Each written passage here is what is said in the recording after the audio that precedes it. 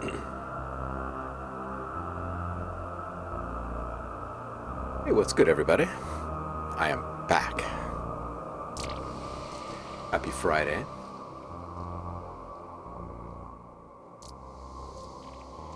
Hope you're all doing well, feeling the inspiration. Pat yourself on the back for making it through another week. Recluse, welcome in. Tom, welcome in. It's good to see you, homie. Kakashi, welcome in. Thank you so much for the sub. Resub, I should say. Seth, how the heck are you? Good to see you, man. Man, that gazelle getting stuck this morning, man.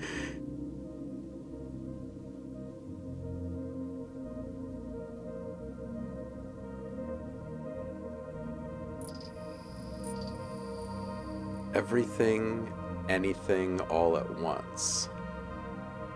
Ah.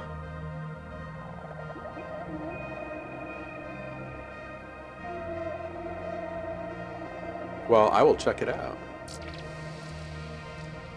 Tom is loving the new starting music. I'll tell you what, man. Since I got tired of Streamlabs and just went straight OBS, I've just been firing up a different reactor patch and tweaking it a little bit and using that.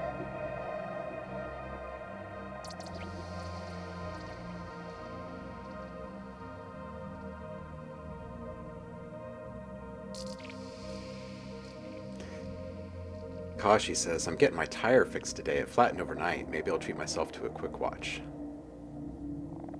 I'm all for mind-bending movies. Love me some mind-bending movies, too. Got good sound, too, huh, Saf? Cool.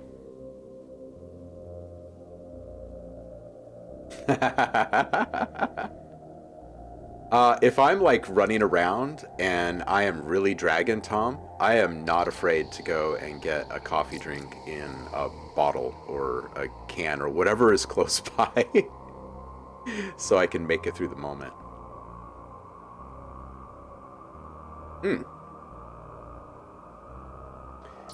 Good morning. What's up, Danny? Imaginate's here, you guys. Go check his stuff out. There are good things coming. Danny, and everyone, drop links in the chat. Share sounds with each other. Let y'all hear each other. Javar, welcome. Happy Friday.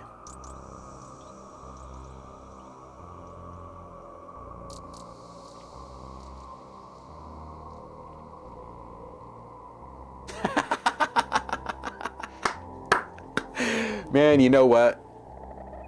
Some days you just gotta have pizza. Just gotta have pizza.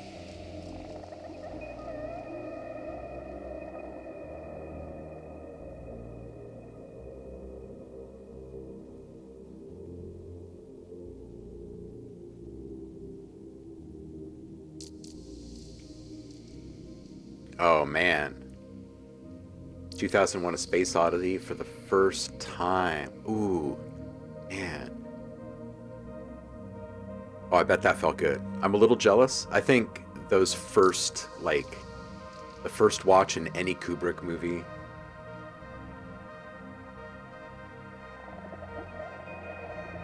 Boom, there you go. Imaginate just dropped 32 cinematic presets for Slate Digital in the new cinematic expansion. Go grab it.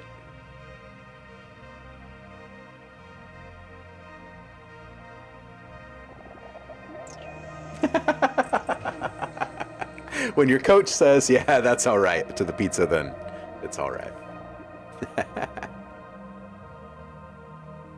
Ooh, 32 others for a circuit breaker expansion as well. Nice, dude.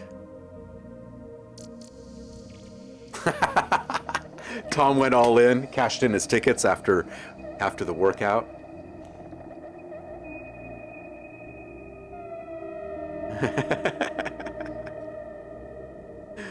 Ninjas are good. They are actually pretty good.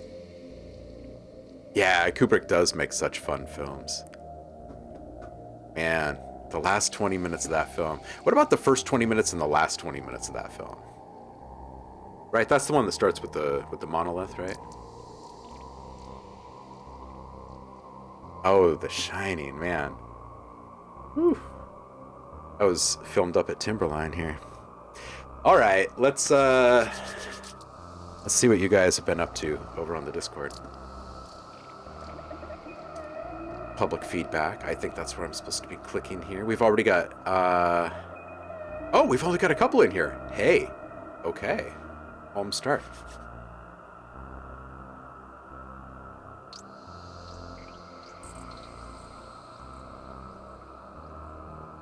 Free cookie if you give it a listen.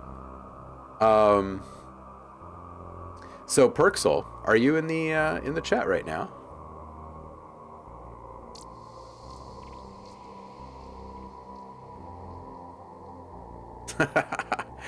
Yeah, if you're burning 5,000 calories, you can eat some McDonald's.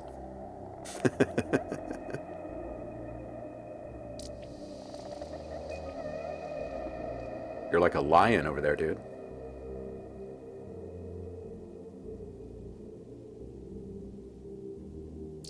Such a tasty way, paranormally. Yes, yes, yes. Recluse, I am looking forward to this. Something new from you. I'm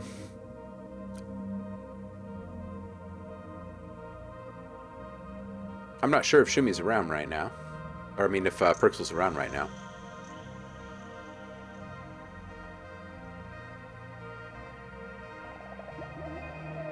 But when they walk in the door, we will ask them if this is something for feedback or just for general pleasure.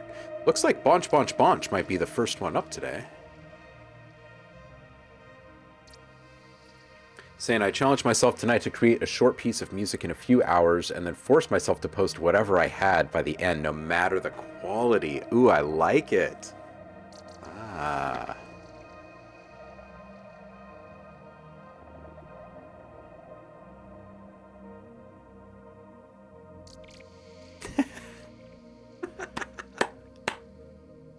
Paul, the things you were about to order had already arrived at your house. Man, Indremia tweeted this morning something about feeling like being in a Twilight Zone episode.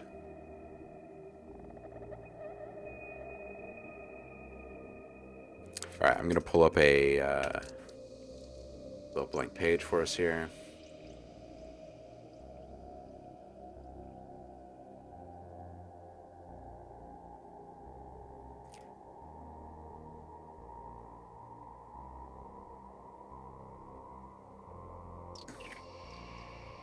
Make it big enough for you guys to see. Perhaps.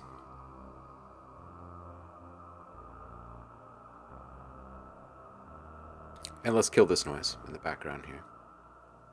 Some good stuff today, right? That, by the way, Origin of Birds. If you go to the Reaktor user library, this is free. If you got Reaktor, just log in with your Native Instruments account there. You can download anything from the user library for free. This one is called Origin of Birds. Little homage to our friends up north. All right, here we go. So this one's from Bonch. Ode to a Dead Plant.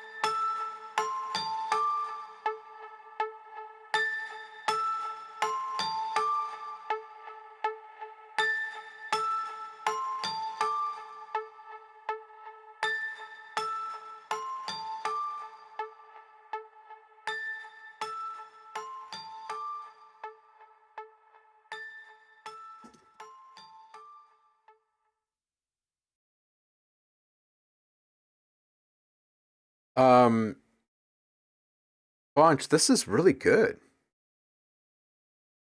Okay, so this is a single sitting. I think that you should chase this one to the end. Is Bonch here right now? Bonch is usually really early.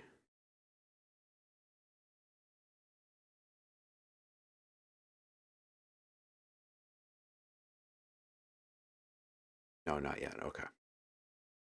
Oh, actually, not many people here right now. Okay, so when you do see this, Bonch, this is awesome. Give this thing a proper mix. I think the arrangement and the palette are fantastic. Only one sound in the entire palette that you're using kind of stuck out as not quite fitting, and that was at 227. I felt like it just came in bright and like kind of cheery, and it wasn't really the feel of the. It wasn't the mood set already, and then it leaves after just a short period of time, and we're kind of getting back toward that original mood again. So I kind of feel like it was a little bit disruptive. I totally get wanting to build in the last layer. I would probably try running it through a filter, roll off some of the highs and mid highs, detune it downward a bit so it feels a little bit more unstable, um, and see if maybe that added tension and obscurity um, qualities kind of commingle a little bit more naturally with the vibe that you've created. Other than that, I think it's a matter of volume, panning for everything, a little EQ work on everything to tighten it all up, get some shared processes on there so all of these things are kind of floating in a shared space.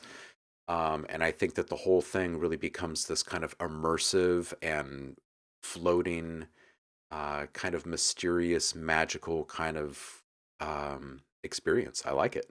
I dig it. That's a good sitting.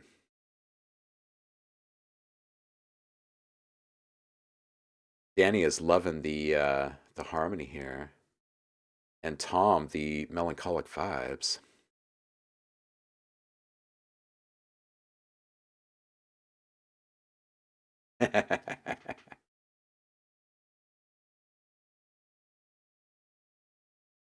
Yeah. All right. Up next, Recluse. Bonch, it was good to hear some stuff from you.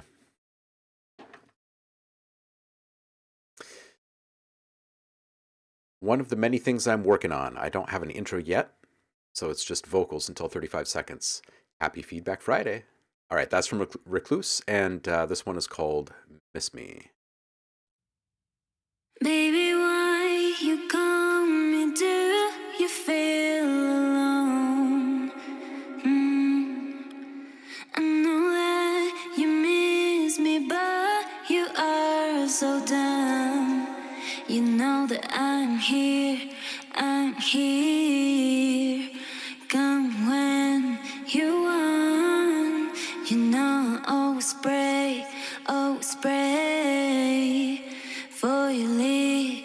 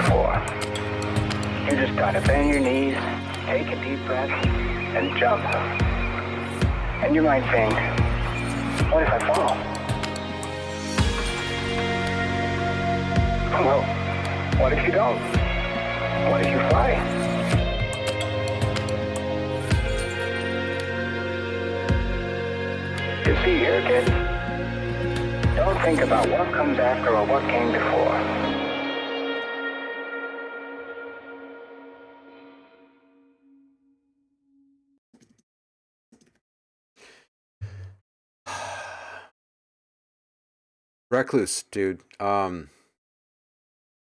This is really, really good. There's only a couple of things for me.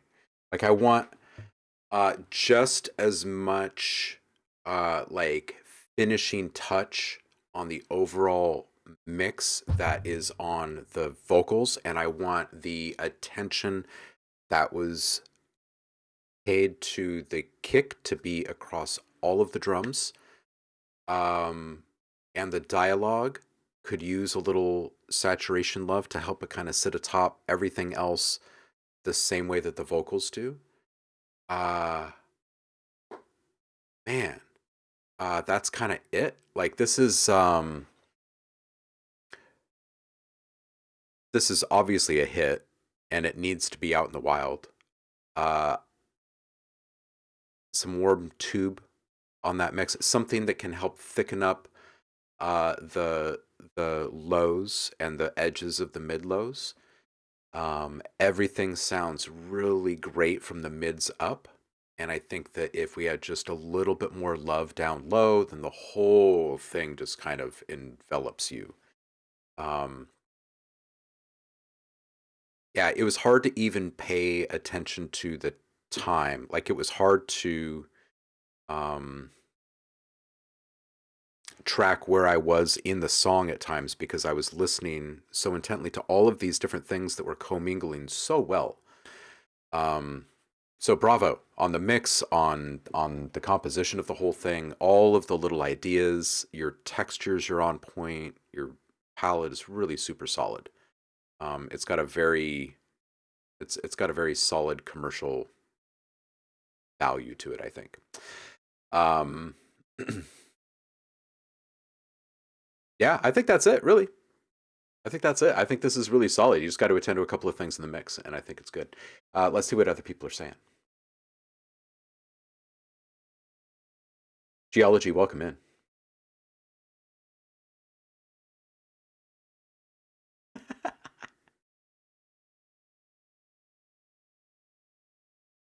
Yeah, yeah, yeah. Absolutely, Recluse. Absolutely. Yeah, Whiskey is saying this is fucking beautiful. Jesus, wow. um, Foxman's is in the house.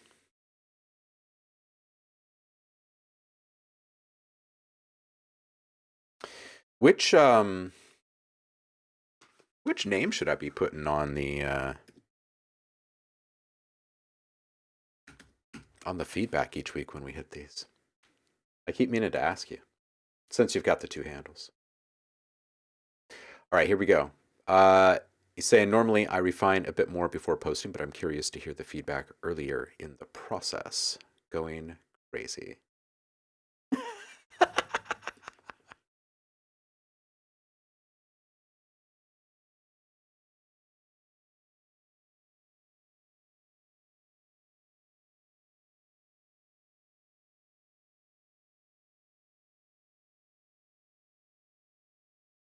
All right, so we are on to our next track here.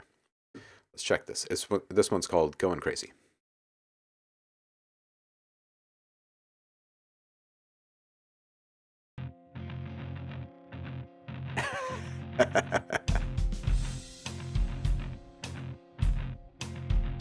Turn this one up for you guys here.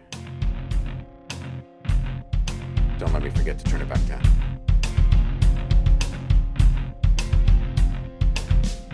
I'm always waiting inside me craving. I'm always waiting for you. Hallucinating, I'm going crazy. I'm going crazy for you.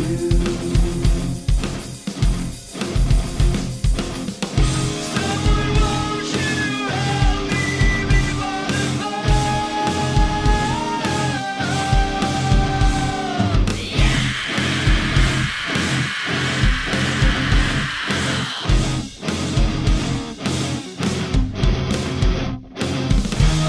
and now I know what it needs. Round it goes, and round it goes. It pulls me close underneath. Round it goes, and round it goes. And now I know what it needs. Round it goes, and round it goes. It pulls me close underneath. Round it goes, and round it goes.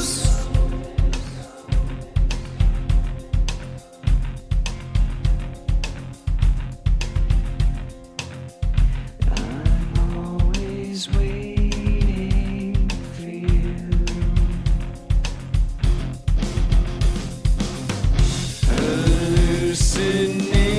Hallucinating, I'm going crazy.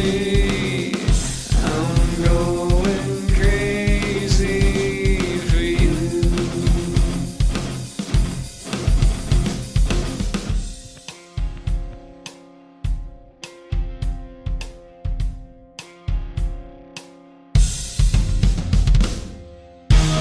And now I know what it needs.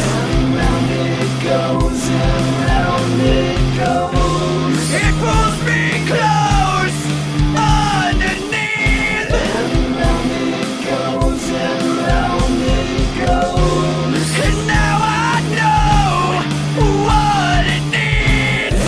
Round it goes, and round it goes. It pulls me close underneath. Round it goes, and round it goes. It goes, it goes, it goes, it goes, it goes.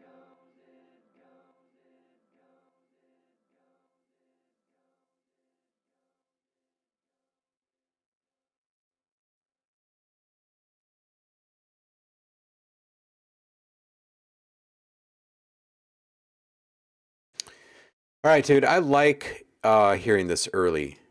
Um, it gives some pretty good insight into like where you're starting from, and I think overall, if you run with the same processing chains that you ran with in the last one, with the new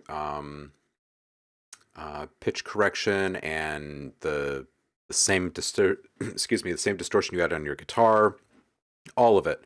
I think you're going to have a really good outcome. Guitars, trying to avoid too much wall of sound on this mix, just because of how spread the spread the background vocals are. Give the drums a multi-band compression and saturation treatment to make them really, really punchy. Try to get as tight as you can with the EQ range on your guitars. A little clear overtone accent or overdrive accent on that drumstick when it hits. Background vocals have this kind of swirling chorus thing going on, so there's a swirling thickness around the low mids. Careful with those, and perhaps a little bit of some form of hysteresis, like a feeling of breaking apart at that very last second. So maybe just putting an overdrive or a bit crusher on that track. I mean, this is just an idea of like how you could accomplish something a little more texturally interesting at that very last bit. Like maybe a bit crusher, and then just dial down the bits as you bring up the drive, and it all happens in that last, like second or 2 seconds, maybe something like that. So it doesn't really sound like this sweeping degradation. It's more of just like this, and then that gets delayed. I think it would sound kind of cool. That's what I got for you. This one sounds really good. It's definitely going to have a very system sound again, I think. It's good. Let's see what the chat is saying.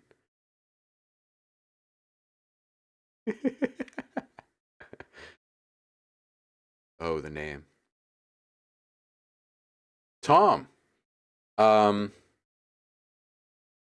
Just ping me. We'll sort all that out about downloading the packs. Hey, Michael's here. Liquid Phase in the chat. Welcome in. Happy Friday, dude. Yeah, I get to see you later. It's Friday.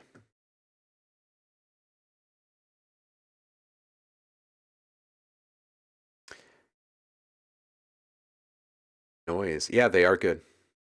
The old Samplephonics crew. Most of it. So you have more of my sounds then.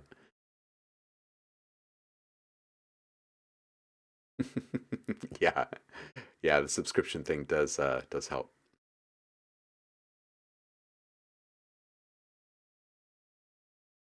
Oh, thank you so much for the reminder to turn down the sound. Good man. I appreciate you. Happy Feedback Friday, Daniel. All right, we got Tom in the mix. Hey, I see Danny here. Geology stepping in with something new. Very nice. It's a pretty chill Friday this week, isn't it? Right. That's great because it's been a heck of a week. For those of you who haven't made it in for streams earlier in the week, oh, I got all my stuff inverted here. For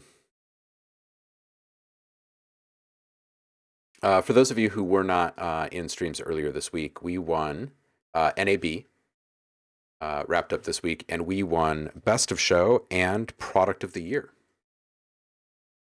So, as you can probably imagine, it's been a week.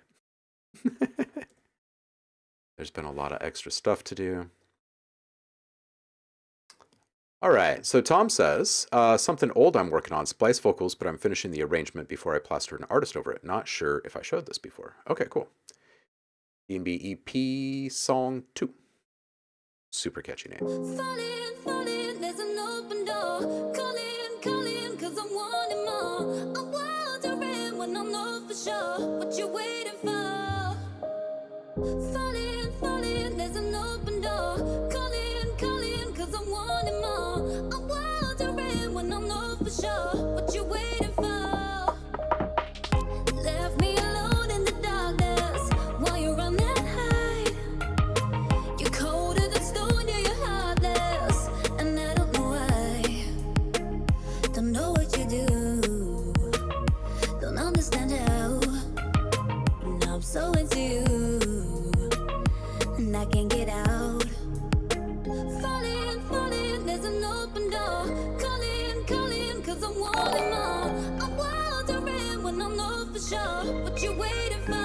know you're oddity. Welcome in. Falling, falling, there's an open door. Calling, calling, 'cause I wanted more. I'm wondering when I'll know for sure what you waiting for.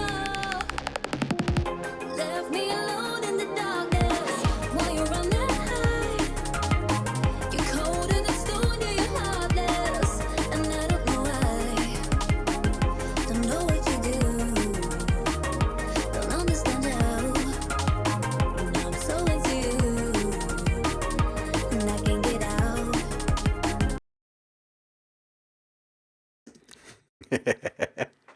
I really do dig the tempo. Part of me wants to hear this at like a half speed, or like maybe part of it at a half speed. Uh, this is great, dude. I'm not sure exactly what I can do in regards to making it better for you. I think if you were to toss some original vocals over the top of this, it would be absolutely fantastic.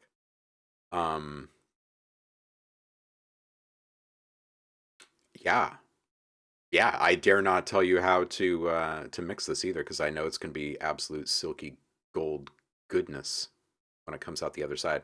I really like it. I really like it. I've missed hearing you, dude. Seriously. Halftime drums in the intro, right? And verse maybe. Yeah, exactly.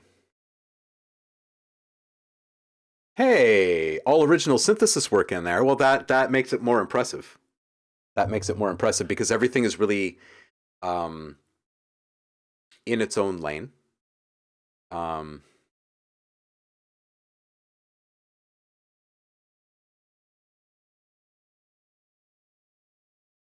yeah, I have no doubt that the drums will punch out more when he's done with the mix. He tends to err on the side of saturation over compression, uh, like myself. His stuff is always so solid and punchy.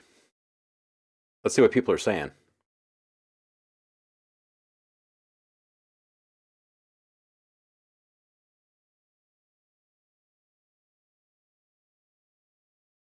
Hey, that's great. That's great. If everything is empty today, that's freaking awesome. I would not mind a mellow day. That would be awesome. Yeah, right, right. The awards, I know it's pretty great. And what's even better is like we're like front center, like hero image status in several different points in the Apple website right now. Um, we've gained entry into the App Store, which is great, but it's not the only thing that's going up. There will be more products up there from us soon because we have some other really cool things uh, already in the works. But um, there are already just so many other features um, that will be coming in version 2 that is, it's all just so exciting. It's so good stuff. Such good stuff.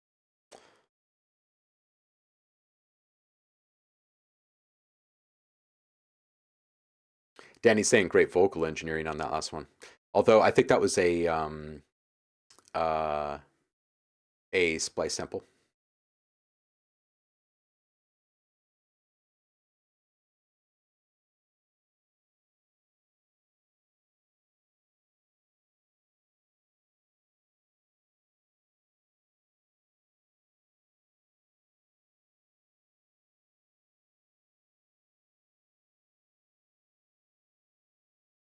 Yeah, I try not to provide much in the way of mixed feedback for Tom when he's in a work in progress because I know it really hasn't even been done yet.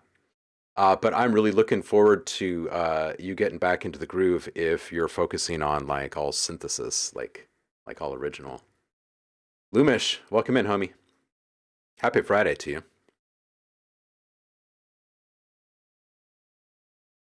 Geology saying I need help with drums on the track I send, and usually I don't do a lot of EDM. Cool. We can help. We can help.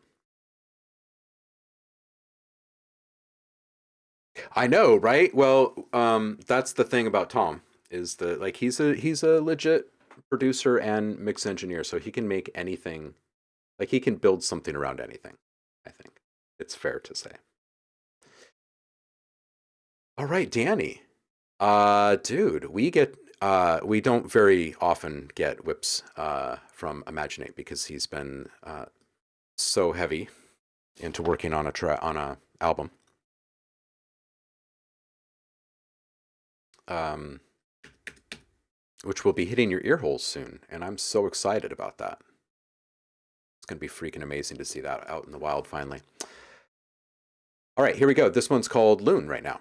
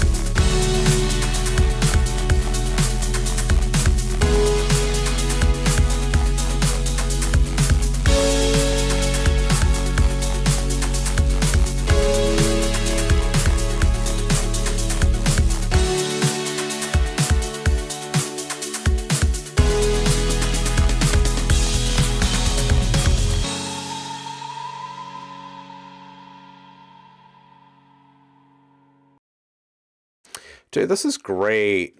Um, I can see why you're already considering it. It's got the epic feel.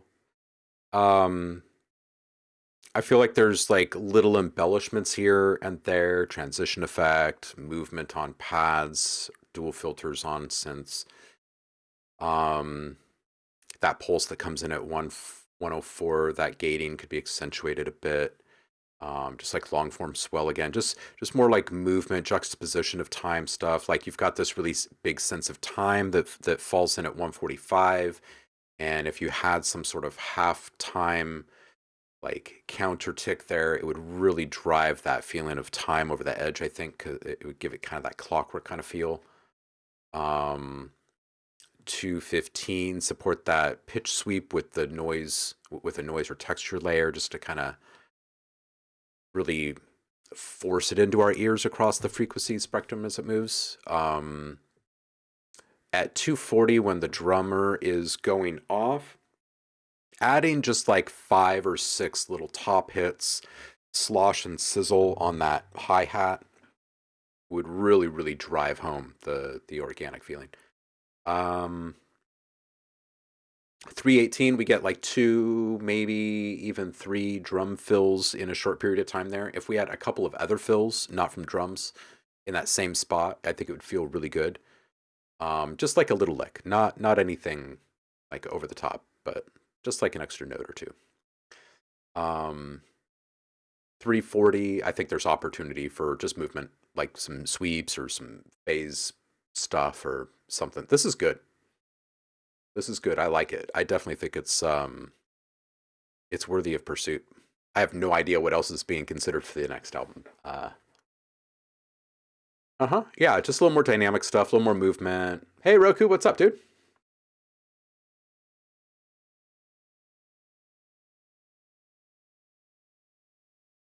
Yeah, people are liking this.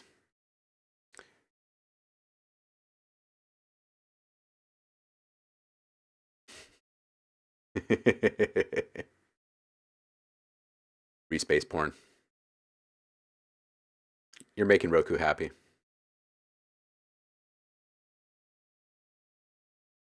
Yeah.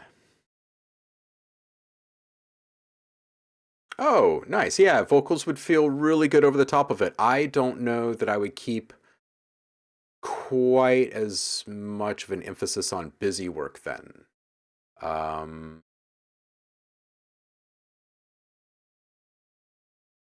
Yeah, I guess it depends on exactly where the vocals are landing and all of this, but yeah, obviously you don't want to get too busy if there's vocals. But dude, this is freaking awesome. Yeah, the M83 reference. It's a nice compliment. 83 is good. All right, geology is up. Dude, well, I already love this one. We haven't listened to it yet. Come on. This one's called Sunny in Philly with Mac Millie.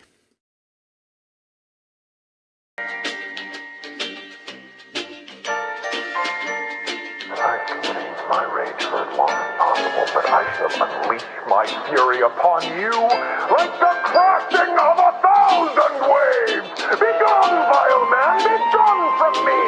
A starter car, this car is a finisher car, a transporter of God, the golden God. I am untethered and I rage so bound.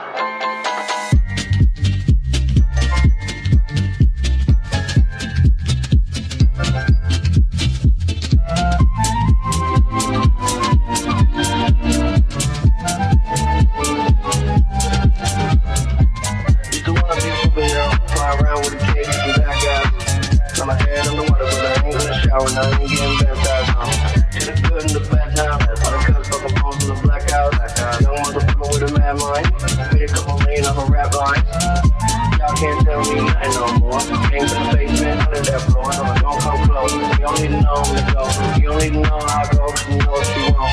All I wanna do is the most. Backflip off the broke sky look when I'm in the hole. See my girl too plus the show. And I ain't calling that quits. You can build a wall with your bricks. But like you talking that shit, it's like this, like this. Liquor telling my cup, get faded when I wake up, cause everything's too much, so wet. Running 20 on the car and I don't whip. I don't even put it up the driveway. Going up traffic, that's no miss. Gotta put a limit on the high stakes. Gotta put my car doing go fish. You ain't gonna put a limit on my face. I pick it up and let it go quick. They wanna get push my yeah, I don't say nothing that I don't know. Jumping out the woman wearing polo. Everybody wanna jump in, but I'm old school. I don't need to take them all solo. Yeah. I don't need nobody. I don't need to be nobody. everybody know. So over there with that bullshit, we don't need it on this side. I'm pulling up in that new shit. You always living that shit route. I demand your respect. I won't share my connect. Now, let's get this clear. I am here. I don't care who got next. Yo, been up like next year. I let this slide. This time, like 25 years I've been high and no less. Yeah, shit I know I don't guess. Rather glow, I won't stress. That shit is so just.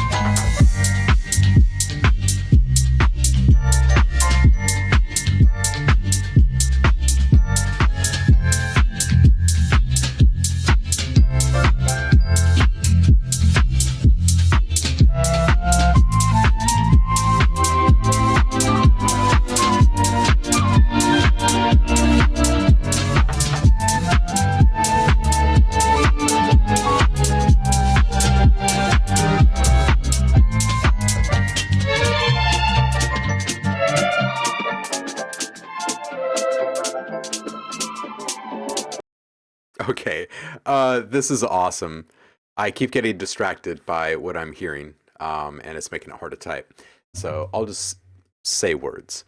Mid highs are being pushed, especially on the sample early.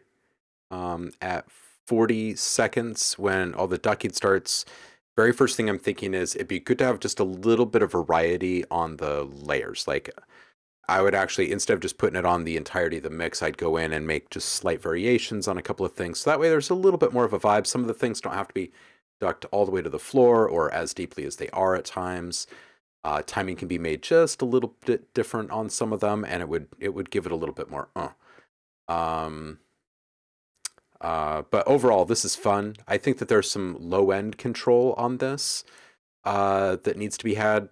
Just in general, a little bit of EQ work to kind of help tighten the individual lanes of sounds in the mix. Part of what makes this a little bit like almost confusing to listen to at times is the fact that there's this low end kind of pressure and like constant motion that's being reinforced with like a physical force almost, right?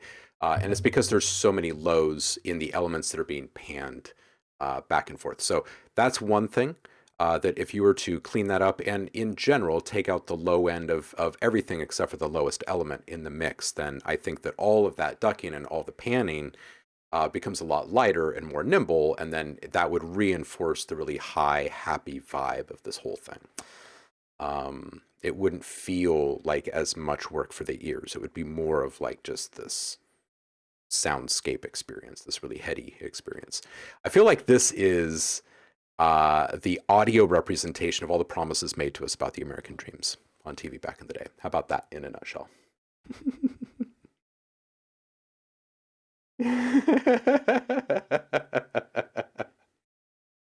Yo, what up? What up, Rain? How are you? New genre confirmed. Lo-fi swing house hip hop for the kids that study with Adderall, because lo-fi hip hop is too slow. Oh man.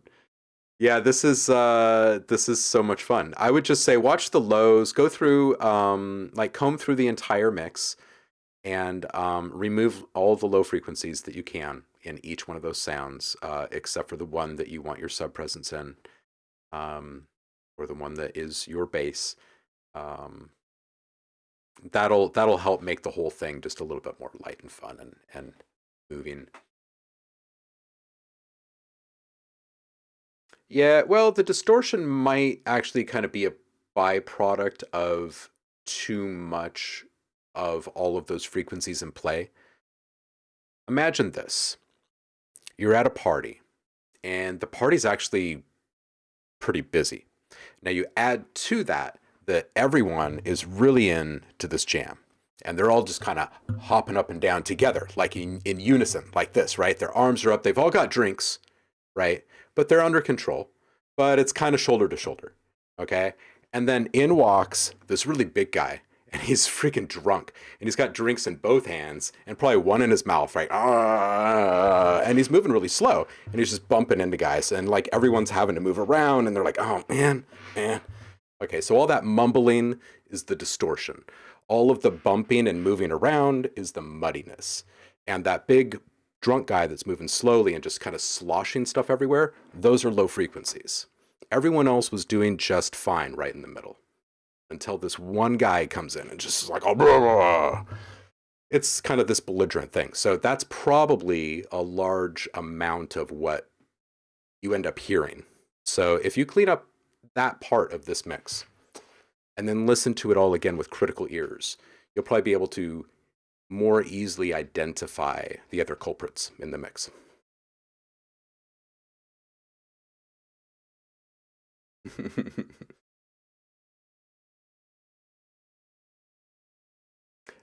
Danny, you take care, homie. Thank you for treating our ears. Cheers, brother.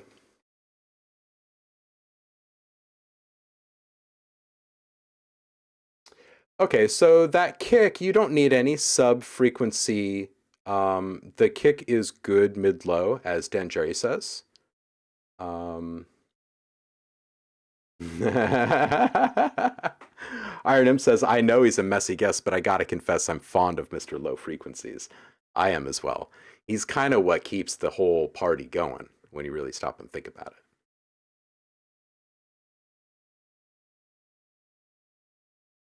You bet. You bet. It's just like anything else. Moderation, right? All right, Roku. Oh, Roku. Roku. Here is a ambient drone piece made for the documentary he's working on. Mostly source material to build scenes for. But he's pretty sure he's got something here. So let's click on this. Happy Friday, Roku.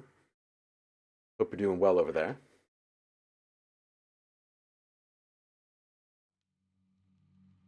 The Dropbox gods have not blessed us with the waveform today. This is 25 minutes, so unfortunately... Oh, we did get a waveform. It's just a 25-minute waveform, so it took a second. We will have to needle drop this, which is not our normal preference with anything Roku.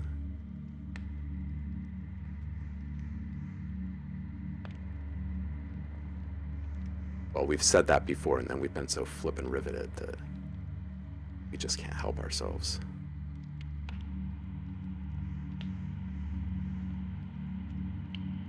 Tom, take care. Get good sleep, man.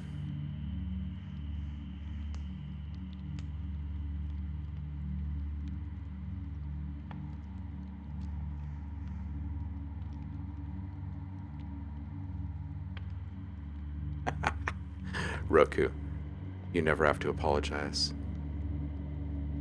These textures have really got me, though. Let's see what happens right here.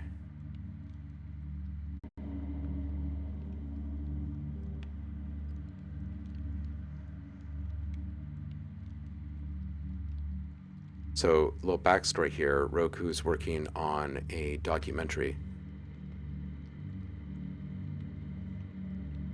And he's just started laying the groundwork for some simple soundscape type stuff so they can start cutting. And he shared 3 elements earlier this week with us. Something's about to happen here.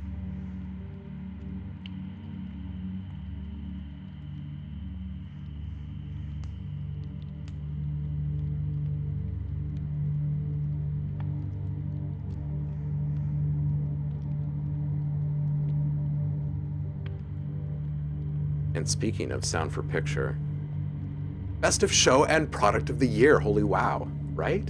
Man, we cleaned up at NAB, NAMM, and CES. This on a roll. We already have to get ready for NAMM. Amazing.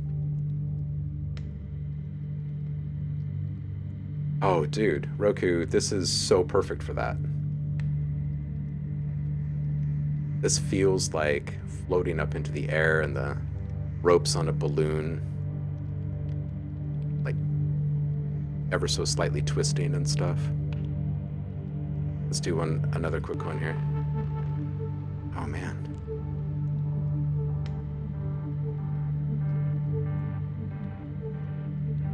You want to go to NAMM?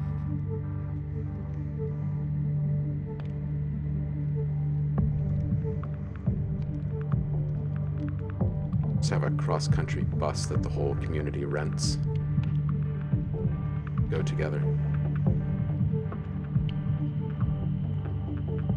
Oh, I love working documentaries, yeah.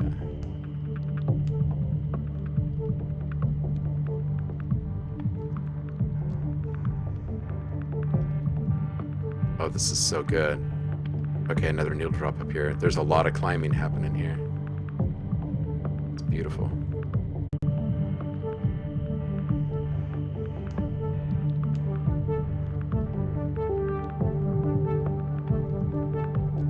Look at this cliff coming up here.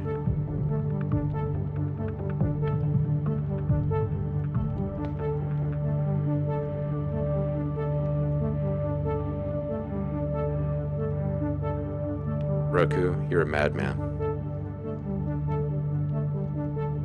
This is lovely.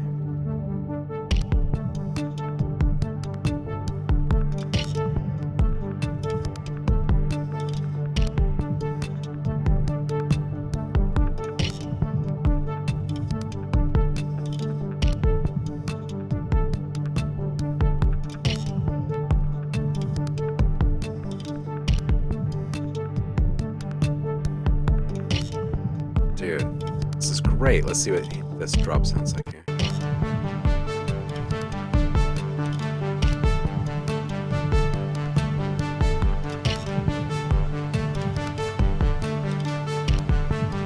Love Euclidean rhythms too, of course.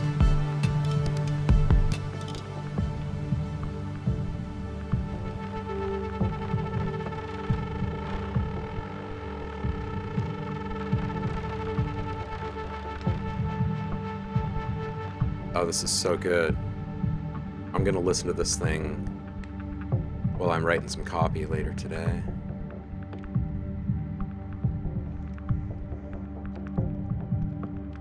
Roku has become one of these guys that I listen to while I'm working.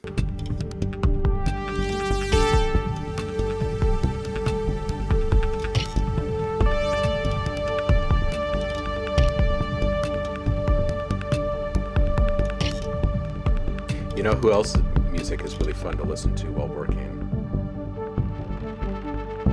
It's Evans the Bard. Paul Evansmith.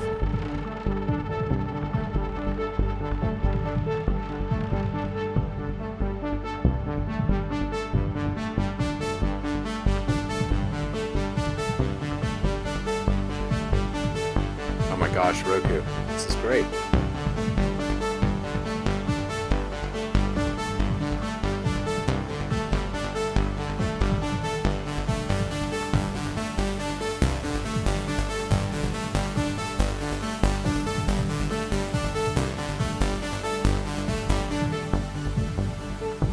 Alright, let's see what's happening up here.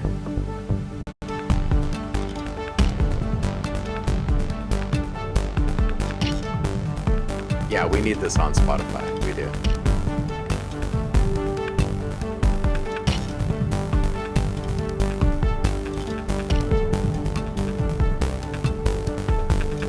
Although I will admit, I don't listen on Spotify very much.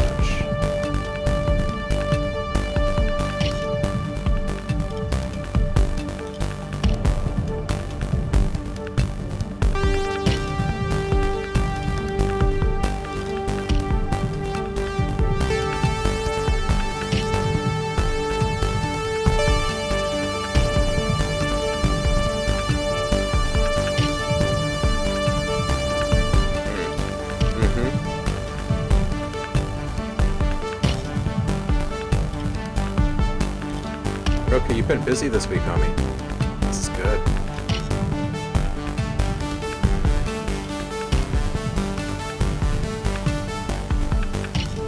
Yeah.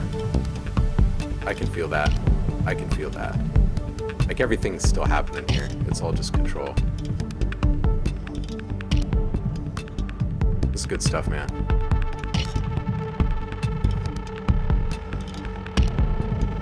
Yeah, you are on fire right now. I've been knocking out stuff like a madman too. Yeah, no, I do more Apple Music, Bandcamp, that type of thing.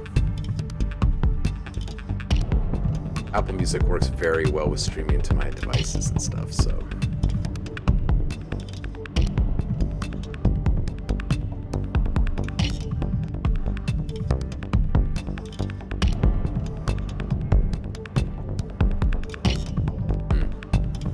Yeah, dude, this is good.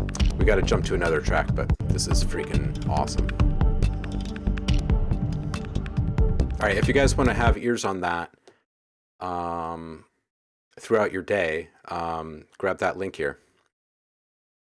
Loomish, you are up next. Roku, that's amazing. This one is called Orbital V2, really rough mix. Here we go. Prepare yourself.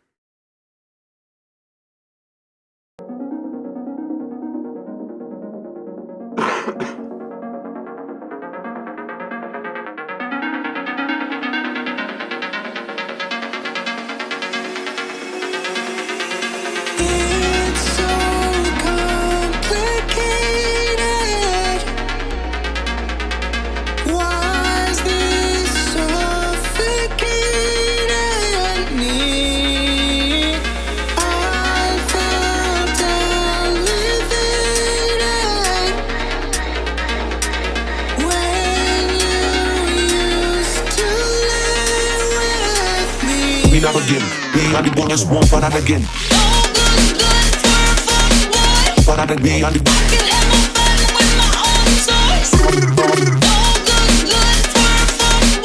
me never bonus one.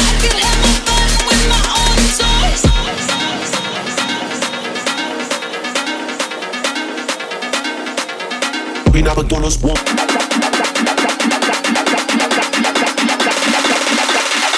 We never again. Me and the bonus one for that again.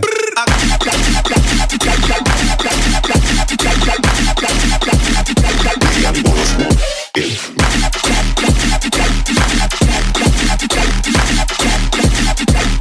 My baby, got your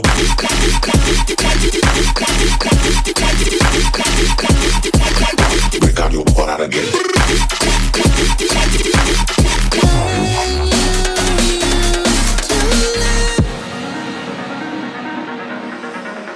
Those are welcome in.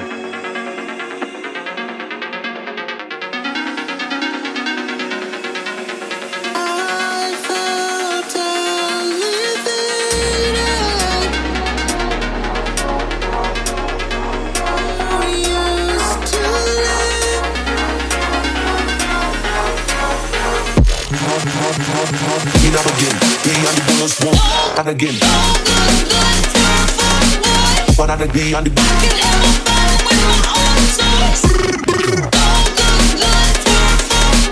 we never bonus one.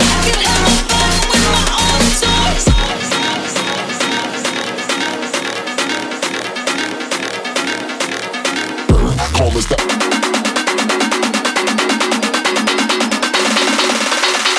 Daytime, you can be like this, all I need. Calm as that.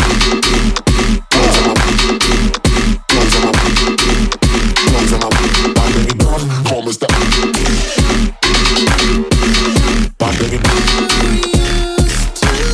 MC shaker, pick up my maker.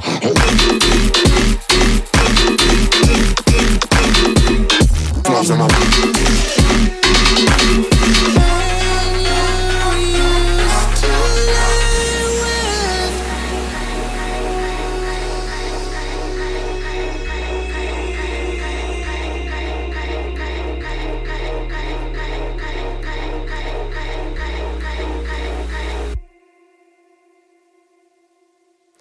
Oh, man. This is great. Yeah, a little bright up there.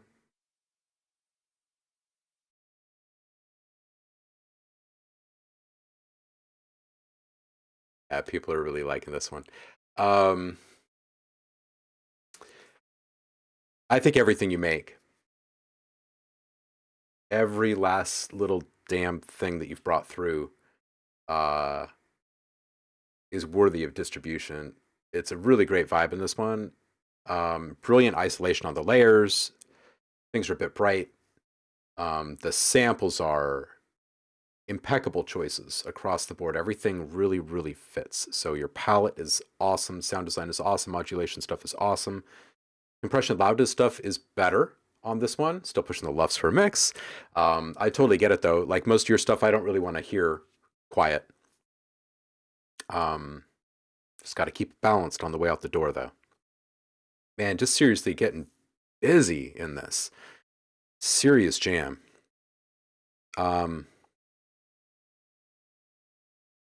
Yeah, man, you know, there's a handful of people in this community where I start to become more and more reluctant to give um as much like creative direction kind of feedback because I think that your mind is brilliant and yeah, it's all these tiny little things. It's all these tiny little things, and I hear so much like in the amount of time that you've been with us regularly, your stuff has been on this very linear path up. Like you can hear all of these small attention to detail changes. Um, yeah, so I just don't want to mess with that. I feel like you're on a path right now. Everything's solid. Just keep bringing stuff by and letting us hear it. These little things like like the harsh highs or like the too much brilliance here or there. Um, like these are things that everyone here can kind of reinforce your opinions of, right? Help kind of keep you um honest with yourself, I guess, right?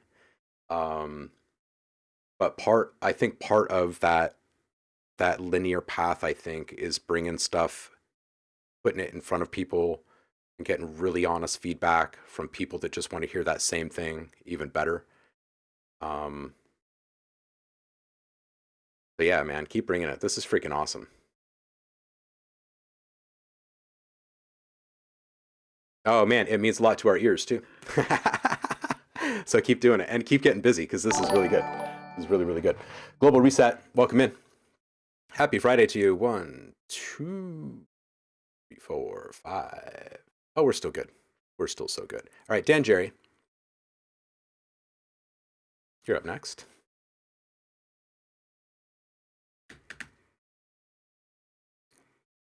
Young Neil, strong female lead. Nice image here too.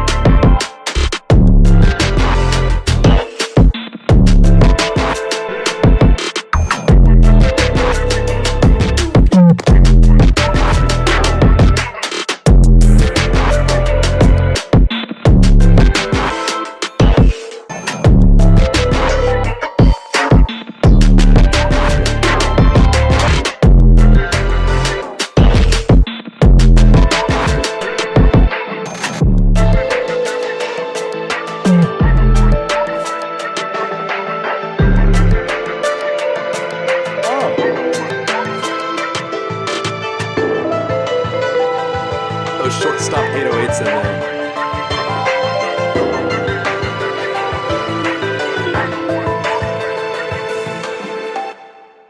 Did you hear how everything came up there at the end? All right, so there's a few things happening here. One,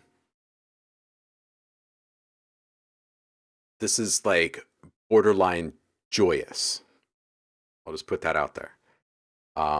It's dark and gritty and gnarly, and there's like a lot of but yeah, it's just downright kind of joyous. There's like some freaking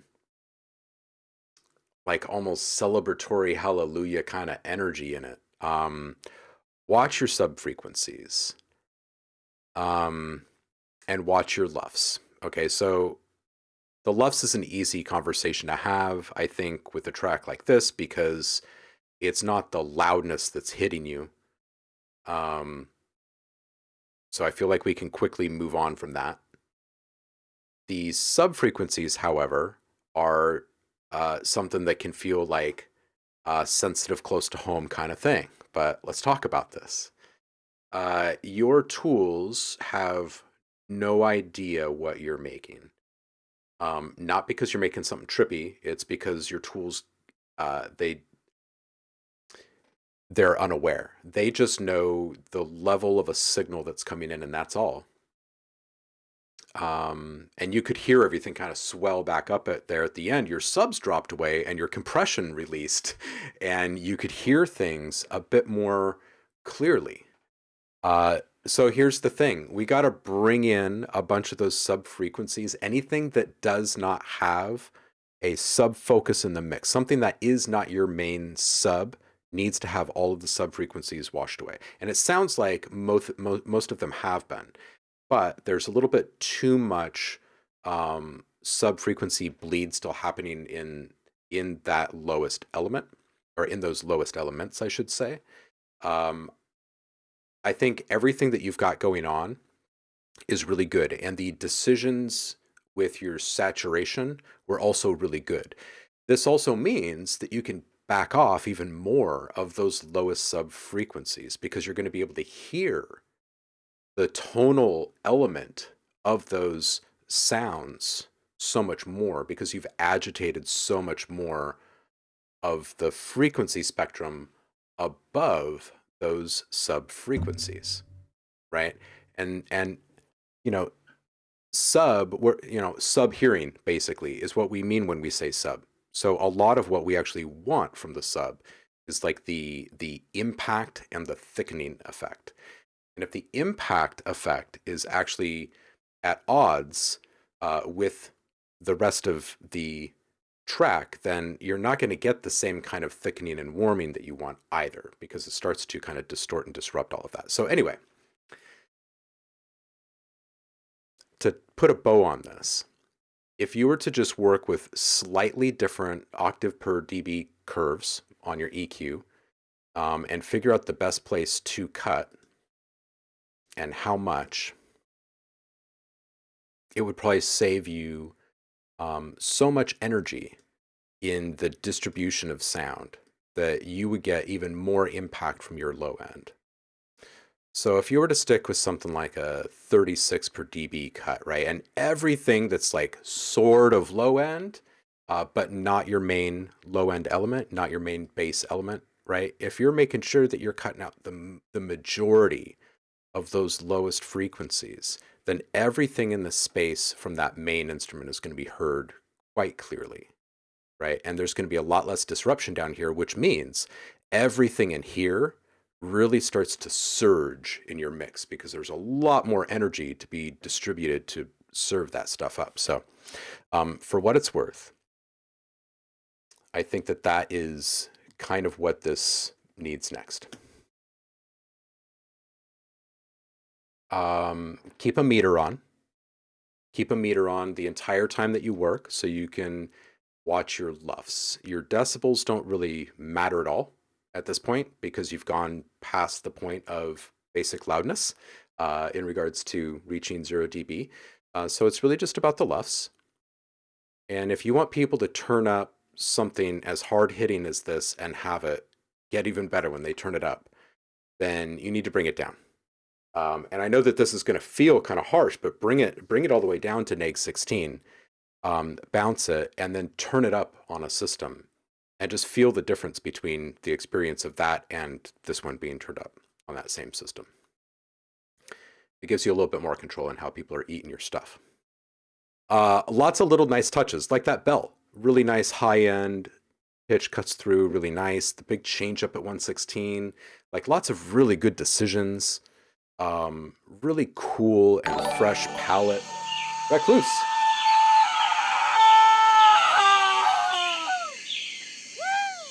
Thank you, sir. Really decent dynamic range too, even in the more noisy segments, which can be tough to do, right? Because noise is so all-encompassing. It straddles the entire spectrum most times. So really good work on all of this. This really comes down to two things right now in your mix: the low-end control and the LUFS control, and that's it. Just wanted to break down exactly why. Hope that makes some sense for you. And I hope that it helps improve all of your future stuff too. Quirky One, welcome in. Happy Friday to you. Yeah. And there's also, what is it, loudnessmeter.com or loudness. You can drop your tracks into loudnesspenalty.com. They'll analyze your stuff. These guys make a plugin as well, and then you can sort by the different platforms or whatever. Yeah, just keep an eye on it and be aware of it. Yeah, the Roblox death sound, Daniel, right? Yes, the trash can breaks Iron Imp. Yeah. Actually, everything has, but I have 3 bases in the second part, so that might create a clash problem. Yeah, this is all very, like, minute stuff right now. It's very minute stuff. So this is the difference of, like I was saying, maybe one of your EQs is cutting off some lows, but you've got it at, like, maybe an 18 or something like that. Bring that into a 36 and tighten it up. These lower frequencies, they really can't be heard, right? So if they're there, just eliminate them if you do have activity there in a track where you do want them to be felt, because it's gonna be felt, especially with all that saturation. So you'll be golden. All right, let's get back to this.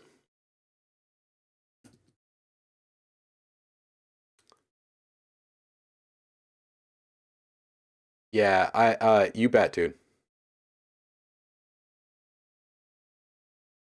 Yeah, digging down on those subs will be one of the most rewarding fine tuning jobs you do on your mix. And then you'll just change how you do this for the rest of your production career. Like, for the rest of your life, you will now just put an EQ on something pretty much when you load it up in the mix, because once you start to understand how it's impacting your perception of everything else in the mix, you want to eliminate that at the point of origin, so you just never deal with that anymore. So you always know what your stuff actually sounds like. It's a good move. Subvids! What's up, Zach? How are you, man? Mixing low-end problematic with headphones versus monitors. It depends. It depends on how well accustomed you are to each of those devices and exactly what frequency range they're serving up, what the response rate is, what environment you're in. But most, as long as you're able to, as long as the actual frequencies are being served up, most of it, honestly, is really going to come down to your familiarity with it. Like, how well do you know them, and how does that translate? Because if you've spent enough time with your gear, then you know what that stuff is going to sound like elsewhere, because you're just so intimately aware of how it differs from other experiences. So,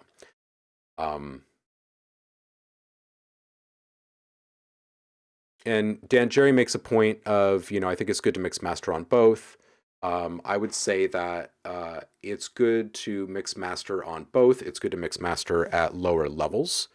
It's good to audition things at a full volume periodically to get snapshots of where things are going. But really, honestly, let's be real. We all know where all this is going. It's just a matter of how impressive is it going to be when things get up to their full potential loudness, right? So we don't have to work at that level. I think that's also another really kind of important point. And yeah, stock EQs are fine. You know, if what you do predominantly is subtractive EQing, then you don't need to worry about what EQ you're working with anyway, because it's not really adding anything. You're just subtracting. So you can get whatever kind of texture, warmth, whatever from character, from plugins that you're actually adding to stuff in the mix. And there's probably going to be plenty of them in your chains. So,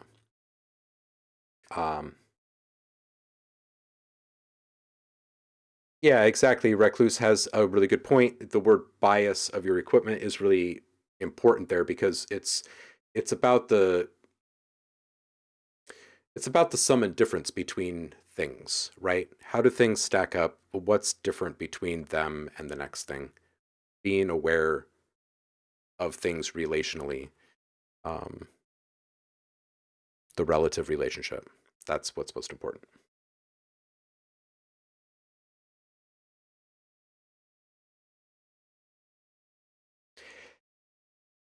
Yeah, yeah, yeah.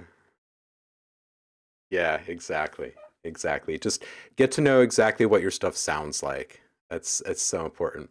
All right, Daniel's up next. Says, "Hello guys, Daniel here. I have a surprise for all of you. I deeply apologize if I don't make music on SoundCloud. I only make music on YouTube. I have made this chill out lounge remix. This Alexander Agriola's magnificent. Hope you guys love it."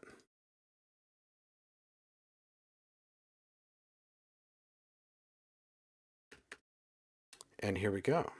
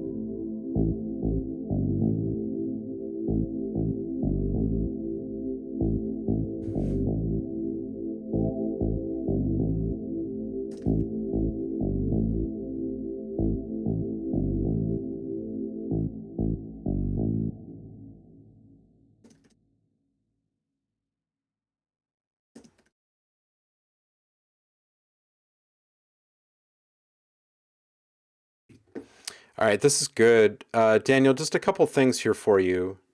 It's got a really nice old school vibe. I feel like it kind of falls somewhere between original Enigma and I don't know, pick a year from Bill Laswell. I think the bass is the one thing that I kept tuning into in this mix as needing some help because it's the one thing that feels kind of lacking. And if it was there, then my perception of the rest of the things that I'm kind of tuning into in the mix would probably be different. So it's kind of similar to the feedback that I gave in the last one, but just in the inverse. I think the bass could use a little warming. It falls a little flat against the spacious vocal chants that is supposed to be kind of supporting and enveloping. So I would personally want something really round and full in this mix to fill out the entirety of the rest of the mix with just that one sound. Very kind of dub mindset, right? Like I said, it's like ringing a Bill Laswell bell in my head. So you could even experiment with putting a subtle dotted eighth delay on that bass at a few points, and I think that it would really make the whole thing a bit more immersive and welcoming, right? Like kind of pull you in. Um, let's see what folks are saying over here.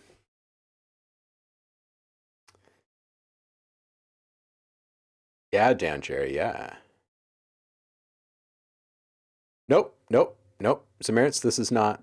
Next week, next Monday is our competition. I'll reach out to you. Do you want to be on the show again? I've been so freaking heads down working so hard this month that I have not. I'm not even sure that I've reached out.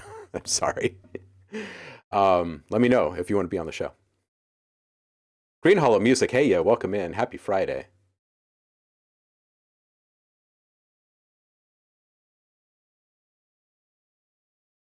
Yeah, I'm a sucker for the chant too, Iron Amp. Hmm. Hmm.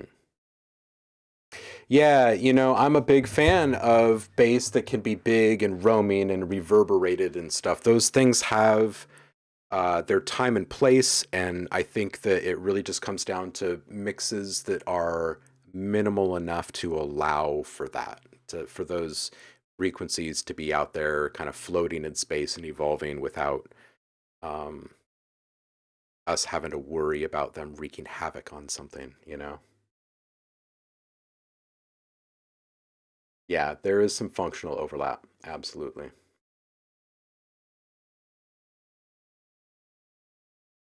Yeah, we do have. I'm not sure if we have a holiday this Monday. Do we? Maybe I should look. Maybe we shouldn't be doing this on Monday. Let's see. Let's see. Cool.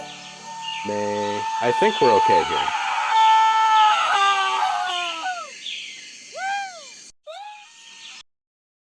Who was that? Oh, it was Trem. Hey, what's up, Trem Ties? How you doing, man?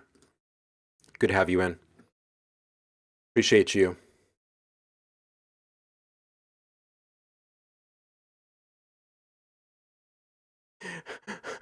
Flurmf.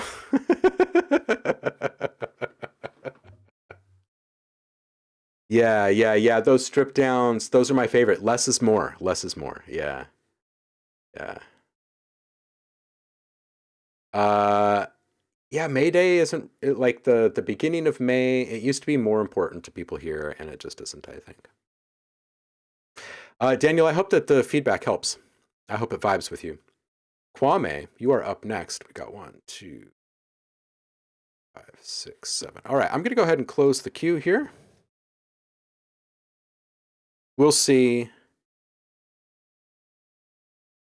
We'll see if that sticks. We'll see how quickly we get through these others and if we can afford to do more with our time today. All right, Kwame. See what your beautiful self is up to today. Expectations. This one gets a name. It's a work in progress. Man learning how to tickle those keys.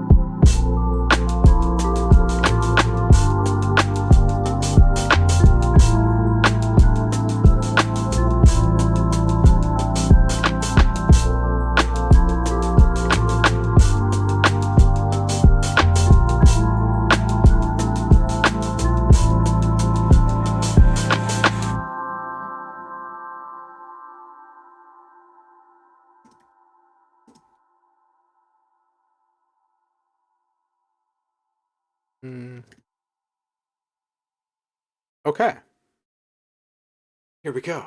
Nice chords.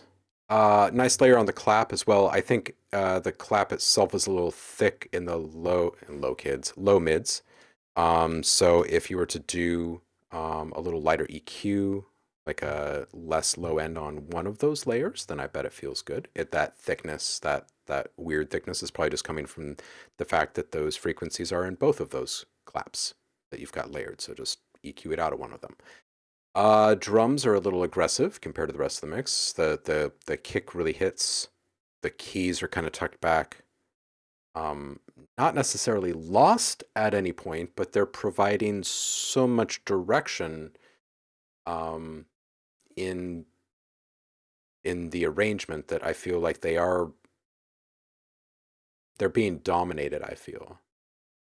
They've got like a really kind of relaxed and laid back and dreamy kind of quality, this vibe, and the drums are a little bit more like, hey, sup?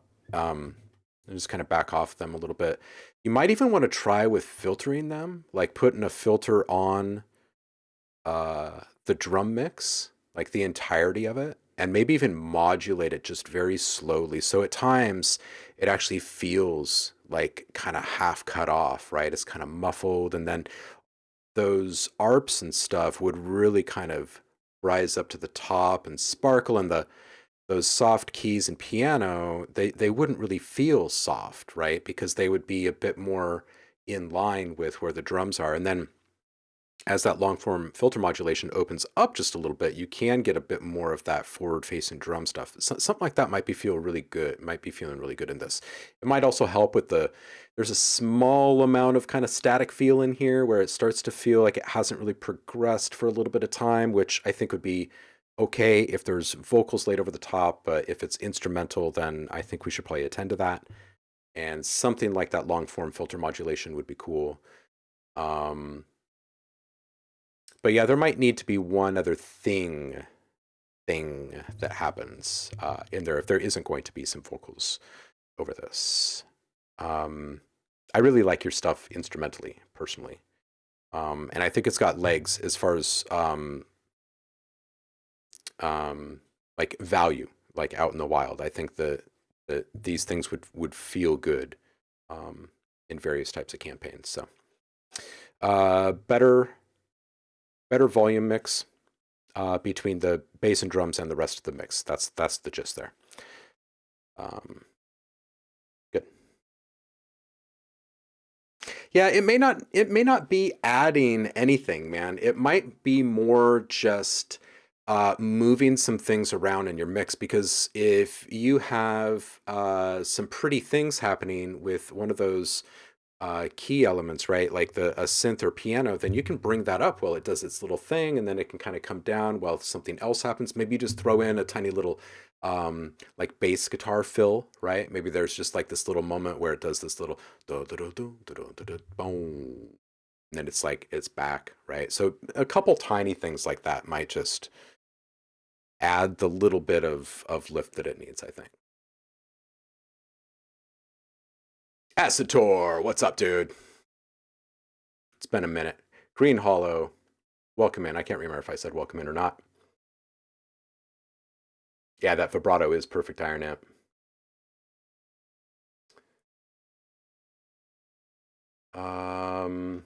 Okay, yeah, so Tremtice is feeling a little bit static there as well. Awesome chords and melodies, but feels as if it feels flat, if that makes sense. So I think that movement would probably help a lot there. Iron Imp, yeah. EQ wise, yeah. I'm feeling that too. The Aphex Twin comment.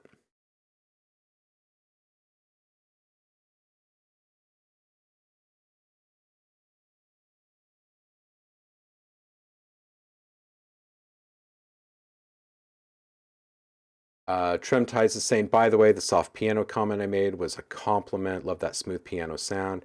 I feel the same. I think that if they weren't feeling dominated by the drums, that everything would feel really, really, really proper in there. Good stuff. Good stuff. Okay, up next is Mosicaliza.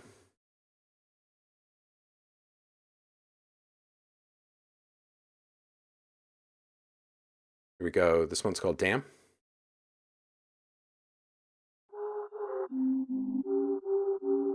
Don't give a fuck, damn. Feeling that bag, I'm rolling like I'm on a grand slam. She getting mad cause now her boyfriend is a big fan. An extra mile, I'm only doing what you can't, damn. Eyes give me chills, I'm ballin'. Don't give a fuck, damn. Feeling that bag, I'm rolling like I'm on a grand slam. She getting mad cause now her boyfriend is a big fan. An extra mile, I'm only doing what you can't, damn. Eyes give me chills, I'm ballin'. Spending cash, I got plenty. Ice cold like Katie, it's true, have these pockets empty. Red Quinto rally, celebrate my birthday daily. Real ones, how many? Got the realest with me, ladies. I can whip black for sure. We never quite few bros, you know.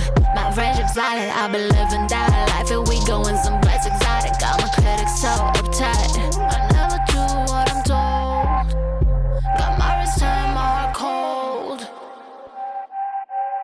Don't give a fuck, damn. Feeling that bag, I'm rolling like I'm on a grand slam. She getting mad cause now her boyfriend is a big fan. An extra mile, I'm only doing what you can't, damn. Eyes give me chills, I'm ballin'. Don't give a fuck, damn. Feeling that bag, I'm rolling like I'm on a grand slam. She getting mad cause now her boyfriend is a big fan. An extra mile, I'm only doing what you can't, damn. Eyes give me chills, I'm ballin'.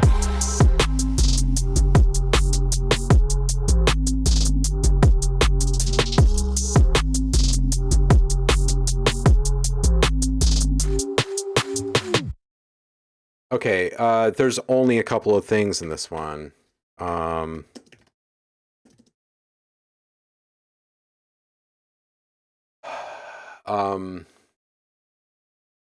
honestly, like, it's such a good, natural kind of raw delivery of the whole thing that I like its position right now. Like, a little bit of saturation on the 808s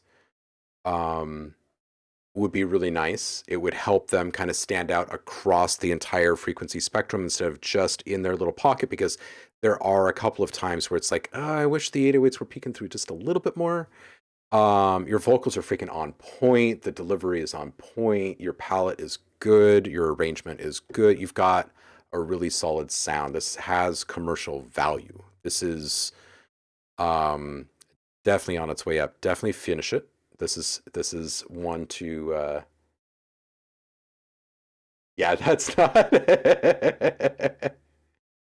yeah. Oh, also, if these are released and they are under record label restriction or copyright, we cannot play them in stream. So if you've got whips, bring those. If you've got something with 100,000 listens, don't bring those. People are already listening to those. We can't help you with those.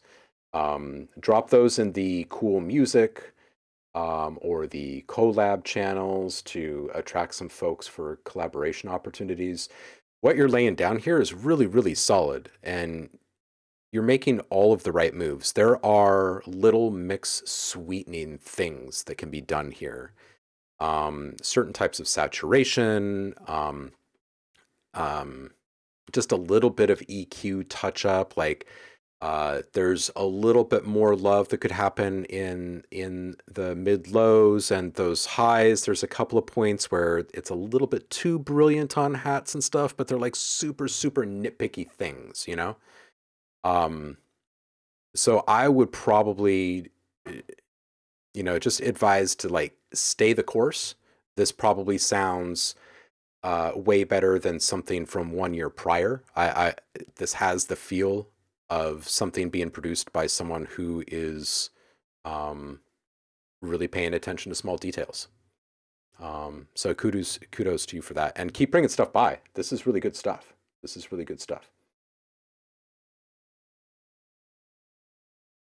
Yeah, what's your deal? Are you a solo act? Are you collaborating with people? How long have you been doing this? What's your weapon of choice? What DAW do you use? You making your own sounds? Tell us. We want to know.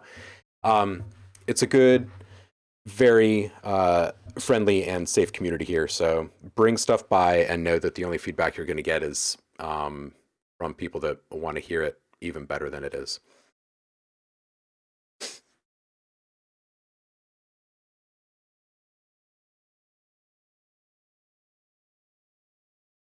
With only one producer that's also engineering. Good. So it's nice and tight. Yeah, I'd say keep bringing stuff back. It also has the feel of like there's just obvious talent here. I would love to hear what you would do in some kind of challenge situations, like putting you into some forms of music that you don't normally bump up against. Or like using samples or sounds that you don't normally select, right? We do have monthly challenge here, and I think we're going to be starting a little, I don't know exactly what to call it. It's not really a pass the mic thing, more of like a pass the sample kind of thing, where we're all going to start with one concept or one set of sounds or whatever with these projects and post them in the Discord channels and let people flip them in various ways. So anyway, something about your everything here in the way that you're presenting all of this stuff makes me feel like you'd probably get down with that. So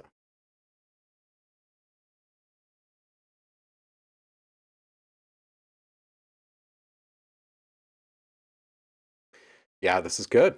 It sounds like you've got something on lock with your partner. If you're not even making the beats, you're focused on your own thing. That's great. There is still feedback going on, X3. You know what? We'll probably run over by a few just like we did last week anyway, just because we've been starting up at 10:30 instead of 10. So hey, what's up, Will?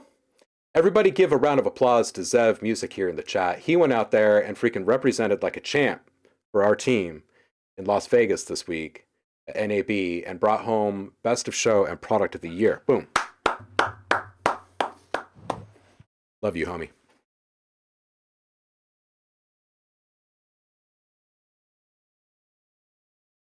Trumtize is saying, we have a girl here in Denmark that kind of has the same attitude, and I'm digging it. Yeah.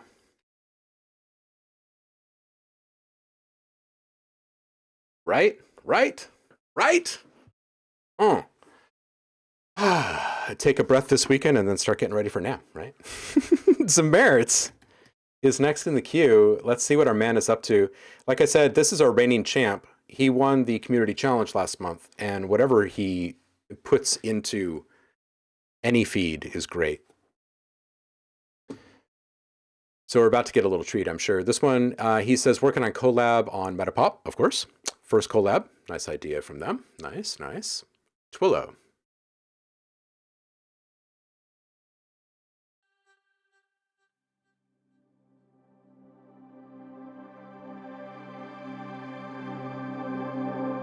No pressure.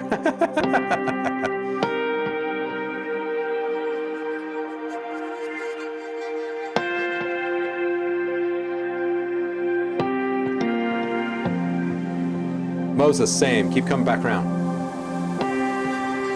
Don't forget, if you are a sub to the channel, grab your free sound pack from the Discord.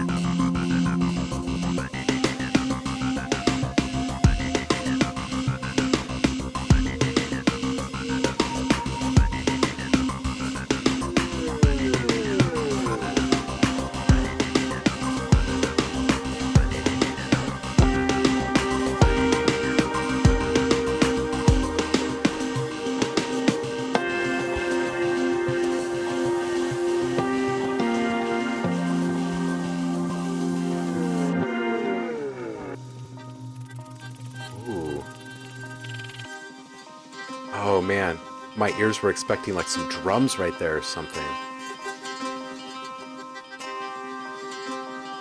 Love the strip drop. Love it.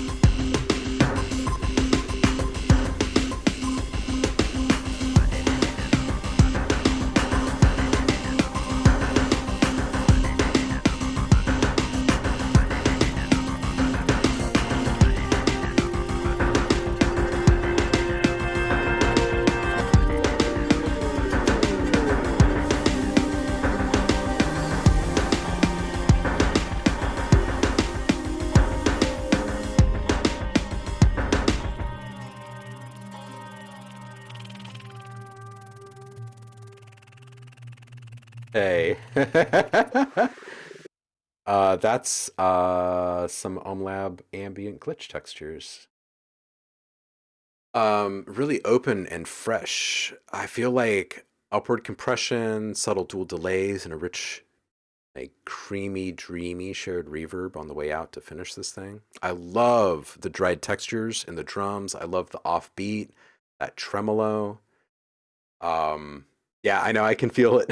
I can sometimes feel some of my samples before I even hear them. But yeah, just the cool juxtaposition of modulation rates and textures on top of that. The really nice drone work, pad work is it's a really satisfying combination, homie. I dig this. I don't really have much to pick apart on this one, honestly. I really don't. This is feels nice. Feels nice. Sitting at a nice 97. Hmm? Hmm?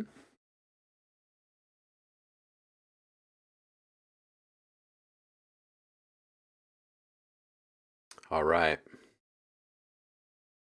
Who was it that you collabed with? In the Box. Box. I like that name. All right, Jilted Generation is up next.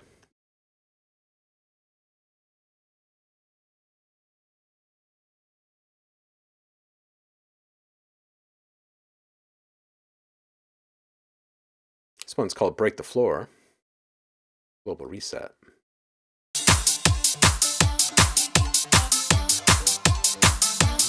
All right.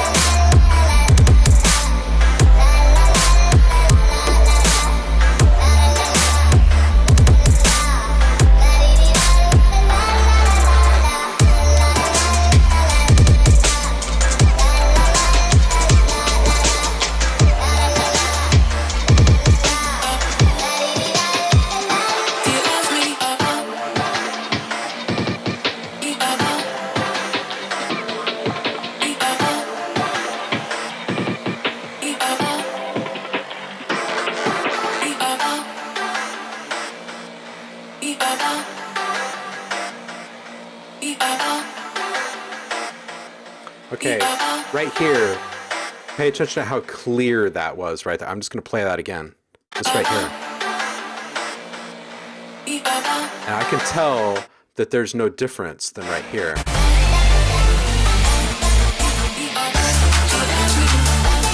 And we can't hear half of the definition here. So part of what's happening here is there needs to be tighter EQ work on each of the individual elements. So there isn't this kind of washout of definition between elements when they start to stack up. Another thing is the compression and just bringing things so close together in proximity, dynamics wise, but also pan position wise. So if there was less competition in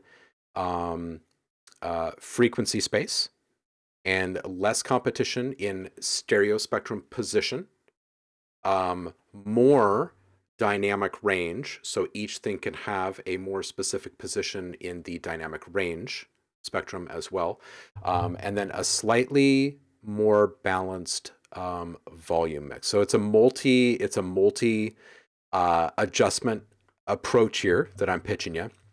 The very first thing that needs to be wrangled, though, is your LUFS, because some of the things that we are hearing and some of the things that we are having a hard time hearing are, in fact, byproducts of the loudness. Your meters should always be seen like as everything is leaving, and just remember that the various meters inside the plugins along the way matter just as much. So bringing something in really hot in a compressor is going to immediately cause it to trigger. And it sounds kind of like the low end frequencies in a couple of these elements are triggering compression on sounds perhaps before it should be. So it's harder to identify a well-defined point of like a focal point or characteristic which is the main focal point for you in some of these sounds. And I think that's a byproduct of just not having clearly defined boundaries and definition on each sound.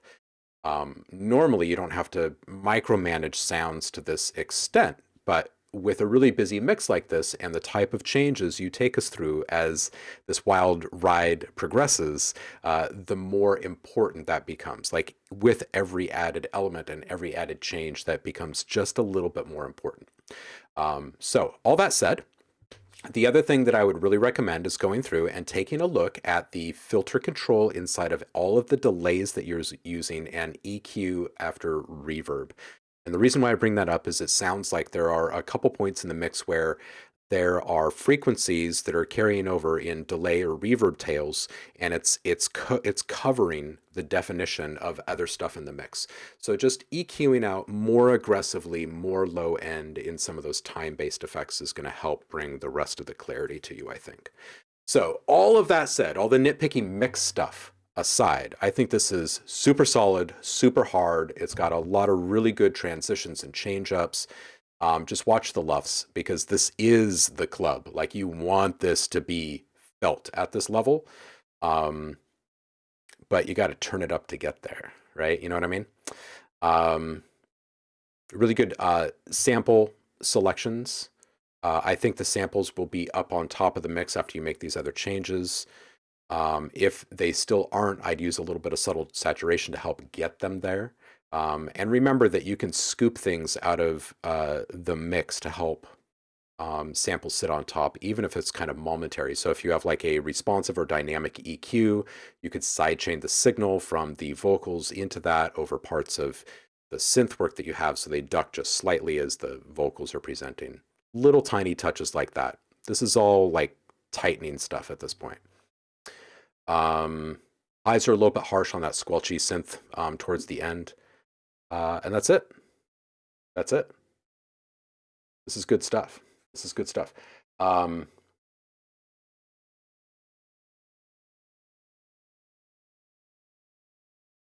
Yeah, and I think that people are liking this one too.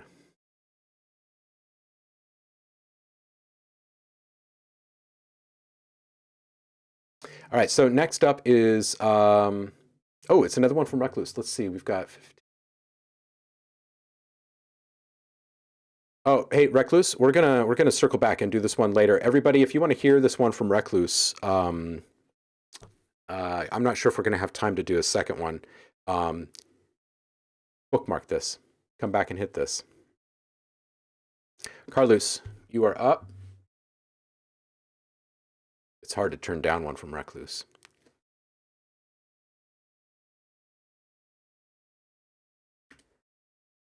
Another soothing melodic work in oops, wait, sorry.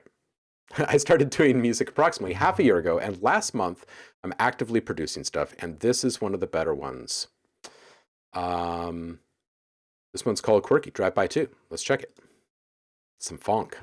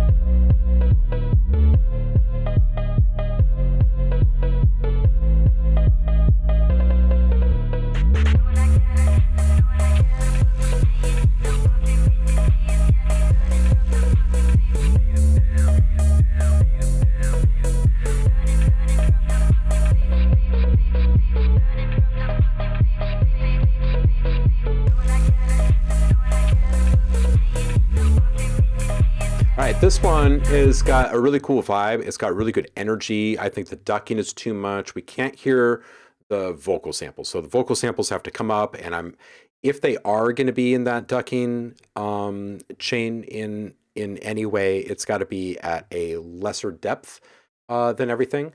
The subs, they're too hot. They might also be out of tune. There's some spots where it feels like there's some canceling happening, but they're just too high in general. And I think it's kind of making some of this hard because the subs are what's being heard more than the definition of the rest of the work that you're putting in. So absolutely make sure that you find a way to monitor those subs. And if it can't be through audio, like if you're not able to monitor that with good, subwoofers or whatever, then have a meter on the entire time you work and just make sure that they don't ever get too high, right?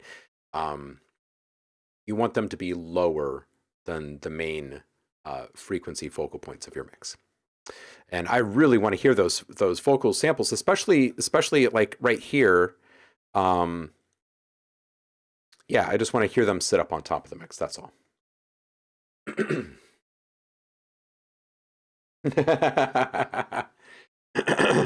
Samara says, I want to buy a car. Iron Imp says, or possibly really brighten the bits that aren't ducks so they come back like a snake snapping. Yeah, absolutely. Yep. It is. It is great. It is just a bit muffled. That's really what it is.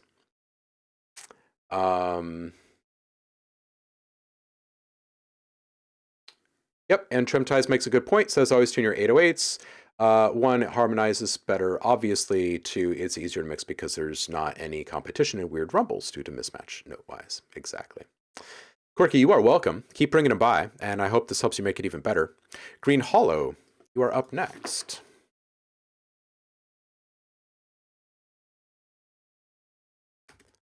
This one is called Follow. Work in progress. Incomplete. Let's roll. I like this art.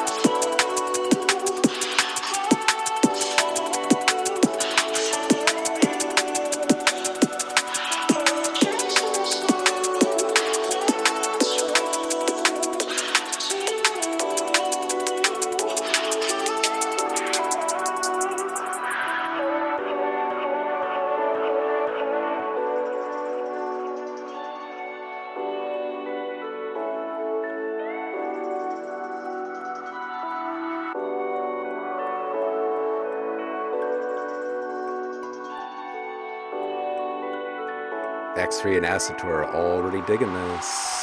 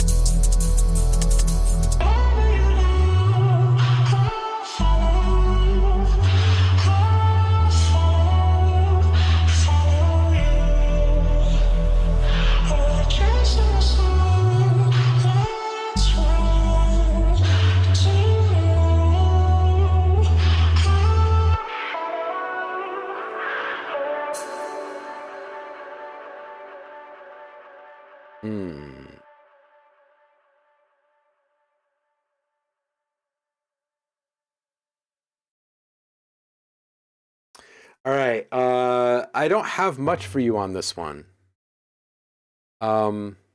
Really, really tasty resting points for the filter position on the vocals specifically.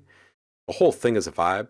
I think a little less maximization though on those vocals would feel a little bit better, or perhaps just a little bit less gain add back and the multi-band compression before that maximization on those vocals, because they do feel a little pushed in the mid highs. The other thing that you could do is keep them exactly as is, and then a touch of subtle filter modulation so it kind of opens up to that at points, right? And it would kind of go in line with the vibey kind of swirly magic that is this track already. Yeah, a filter on the outro echo, absolutely. Yep. Bravo indeed. Definitely finish this. And I think that there's just a lot of really good stuff about it. All of that said, there's something about the frequency balance in this. And it feels really, really good when the like definitive liquid edge comes in towards the end. So maybe it's just a matter of wanting the respace everywhere the respace isn't yet. But there were a couple of points in the mix where I was like, oh man, I just want just a little bit more. So like it, you know what it is? It's the tension. It's the waiting for the low end to finally drop and just really get the full meal deal. You know what I mean? Yeah. Yeah.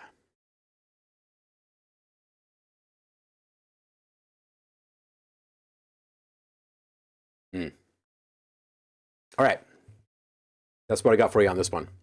Moza, we're going to skip this one just because we've already heard one for you and we've got some other stuff waiting. And I'm very intrigued by this art here. I'm loving this. Is this like a news anchor or something that's just been completely effed up? All right, X3 Sucks says, so I'm working on a track and was messing around and made two very similar but very different tunes. I was wondering if I could get feedback on the overall mixing and processing as well, what I could do to improve the production of both versions. Let's check this.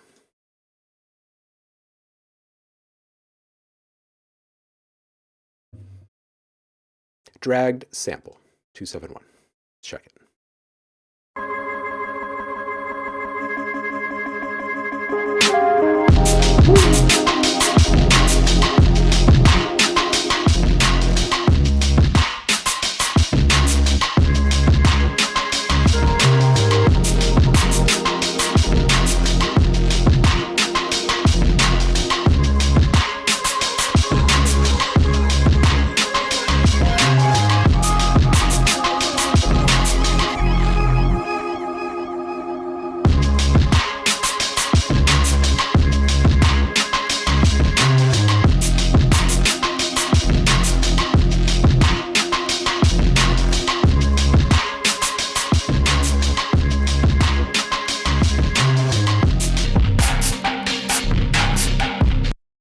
All right, before the second one starts, that's ace. That's really solid. The LUFs are hot. You got to bring that stuff way down. This is good. This is pretty solid.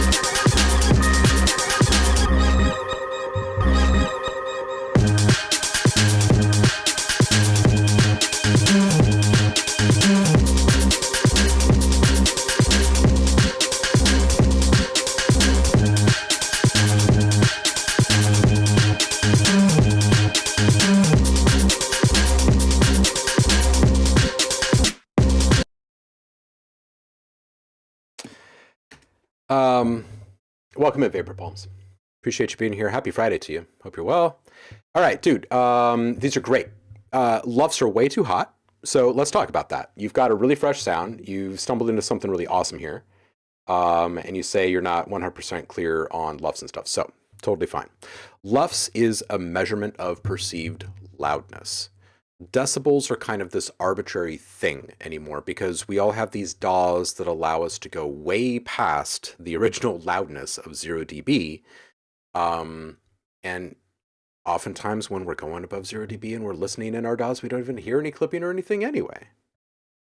So it's really not about what the decibel level says. It's really all about the LUFS. And that is what all of the streaming services use to see whether or not your stuff needs to be turned up or down. And right now, your stuff is just really, really hot loudness-wise. And I can also tell that you're arriving at your loudness through compression, mostly. So what I would suggest is backing way off of all of that compression. Make things louder through things like saturation, and then at the very end, glue the stuff together with some compression. Keep in mind that compression is really used for one of two things. It's either used to control your peaks. Okay, it's going to be there, Johnny on the spot for you, turning down the volume when things get a little bit too loud with the sound, so you don't have to be there doing that manually.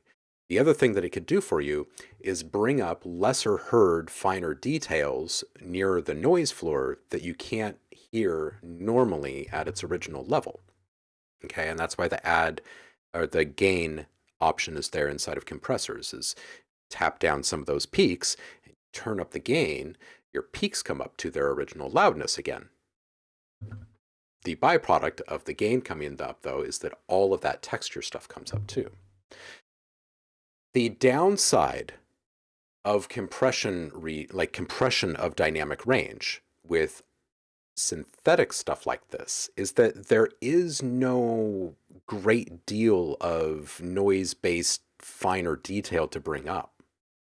So really what you're ending up doing is you're squishing these sounds together, which makes it harder for the listener to differentiate between them because they don't have their own natural position in this vertical ranking system of loudness. Just like they may have a hard time being clearly defined in their frequency position when they're squished together so much, simply because we've lost one dimension of definition, right? So if we can keep all of that intact from the very beginning to the end with something like this, then you're going to hear so much more detail. You will hear things in your own sound design work that you were not even aware was there because you've kind of been cheating yourself out of hearing it up to this point. So I love the texture. If you were to bring down the LUFS, all of this starts to feel better naturally because it's less driven, right? The impressiveness is still there and people still have the option of turning it up. Okay, so don't feel like your stuff is going to be stuck in this quiet position. It's not. If you were to upload it right now to a streaming service, they would just turn it down anyway. So anyway, as everyone is saying, get a loudness meter and make sure that you're staying within the ranges of the streaming platforms that you want to be streaming on. Okay, because that's how people listen to stuff nowadays. So neg 16 is kind of like this middle ground standard for most places. If you have a neg 16 LUFS mix, then it's going to be accepted. I would say that this is probably at like a neg 10, if I had to guess. So we're not talking like night and day. It's not going to get really quiet. It's just going to feel less overdriven is really what it is. I'm not going to give much else in the way of feedback on the actual mix of stuff because of those LUFs. Like if all of that stuff was brought down, we're going to hear things differently and then I might have different feedback for you. So that's what I would say. These are really cool. And it's a really nice work with the drag.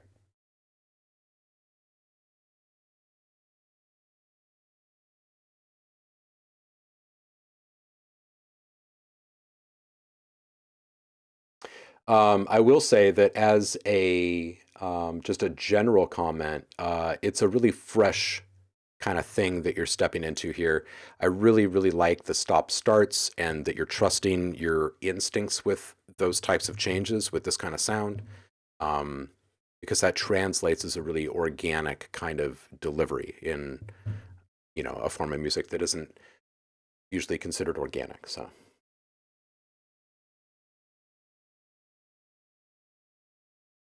hmm. Yeah. Okay. So vapor palms, um, uh, is asking this question. Maybe a good question. What are the good values to reach for measuring left? So if we're talking field recordings, um, dusty atmospheres, that type of stuff, you could honestly deliver something that's at like neg 35, neg 37, neg 38 lufs, and it's gonna sound good. It's gonna be heard in a mix. And if you were to turn that up artificially, you're gonna hear a lot of stuff that you don't like, and it's not gonna feel very good. It's gonna push against things, and for certain things, that's okay. Like if you're trying to exploit certain frequencies for ASMR effects or something like that, that's one thing. But if it's just a general mix, right? Like if you're making cinematic textures with the intention of making some needly pinpricky, like cut through the mix type of sound effects or something, that's one thing. Um, but otherwise, you really want to kind of treat those gently. So that's a very extreme position in the LUFS. If you're talking like average music, just average music, so across genres, if you were to stop at like neg 18, it's probably going to be good. Like country, folk, acoustic music is probably going to feel pretty good in that position. Louder, it's going to start to feel driven, as if someone has tried to like electrify it artificially. Electronic and electric music are going to be kind of at their peak acceptability as far as comfort, listening comfort goes, around neg 16. Really hardcore, upfront, aggressive bass music, you can get a decent mix. It's still going to hurt people a little bit, but it's kind of the intention of like the bass assault tactic, right? Upwards of like neg 14 or so. I see a lot of people putting out neg 12. That's really hard. That's really, really hard. Neg 10 is brutal. Um, those are like areas in which I do not advise 99.9% of the people to go into. Those levels are for, in my opinion, for brief moments of impact. Think about this. We are most interested in the long-term integrated average of perceived loudness of something. So if you've got a 1 minute sound effect that starts with a great impact, and then there's a whole bunch of like rumble and debris and dust settling and stuff like that, that's a long time that spent at not an extreme level. But there was also this very extreme impact, this hit at the very beginning of it. But there's enough time for this to average out a bit. So maybe this thing came up at like neg 12 or something like that, but its integrated long-term average of perceived loudness is lower. It's maybe down at like neg 17, neg 18. That's acceptable for a really big sound like that. If we're talking about music though, it's really about pleasure and enjoyment. Okay. And the first thing someone's going to do if they really like something, like in their home or their car, is they're going to turn it up.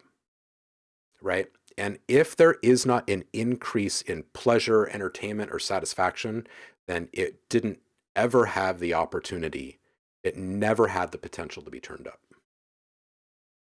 So if you're going to aim for a really sweet spot for something, start with neg 18 and see what it sounds like when you turn it up compared to neg 16. And then again at like neg 20 and see what you're thinking about those different things for your music, because different types of music can translate differently too. So there we go.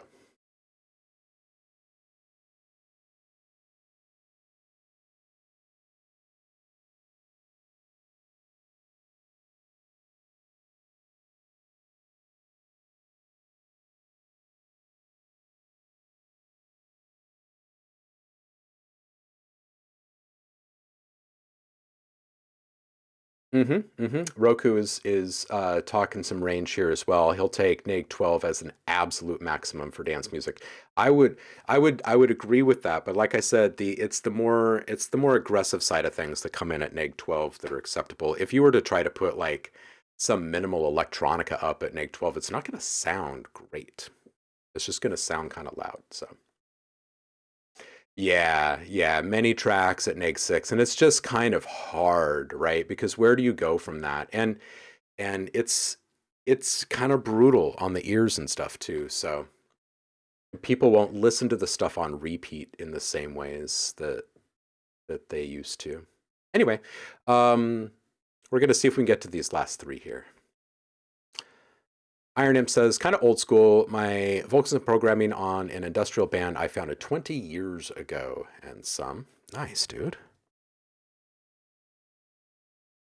He's coming in and treating us to these throwbacks here. Computerus Organ Works.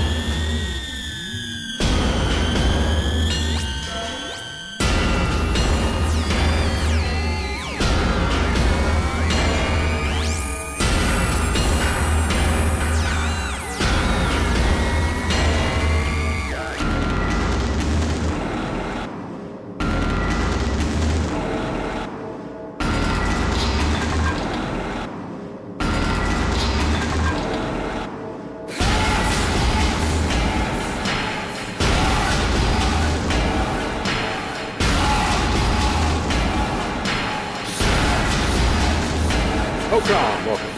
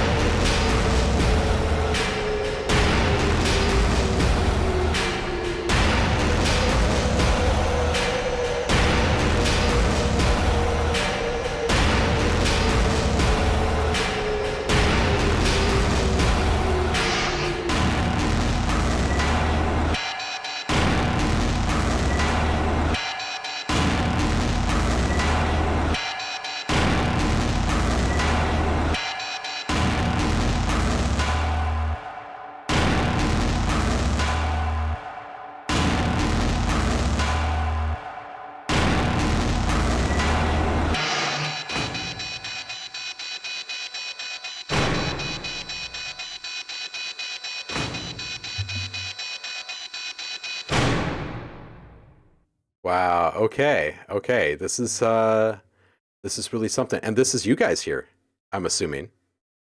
Which one of these people is Iron Imp?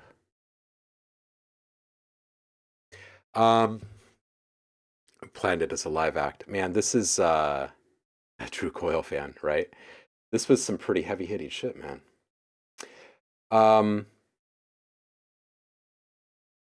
Yeah, what year was this? Your bandmate. What year is this that you did this? It reminds me a bit of some folks that I used to jam with back in the day. This very 90s.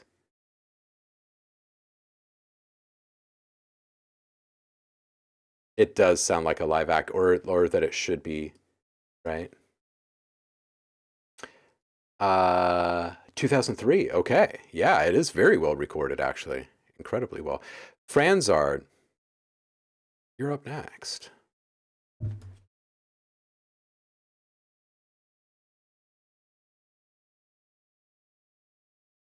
Luminescence. I'm liking this. I'm liking this art right here.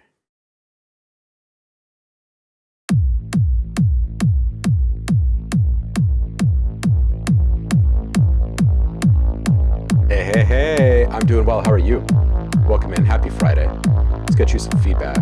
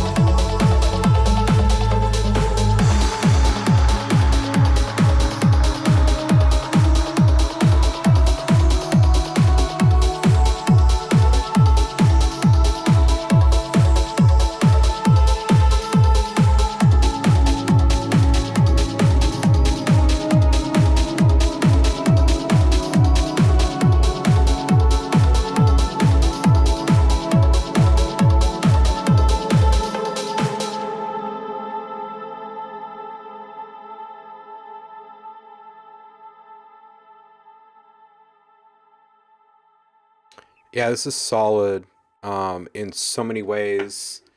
I think the kick could have a better balance with the mix. Maybe bring it down a little bit. I think the timbre's fine. I'd recommend giving each synth element in the mix a little bit more space to operate so you can hear more separation between them. EQ, band position, and volume position. Pick one hero for each moment in your song. And if there are other things competing with it loudness-wise, bring them down. That's an easy one to judge because you can kind of pick and choose which element is the hero in that moment, right?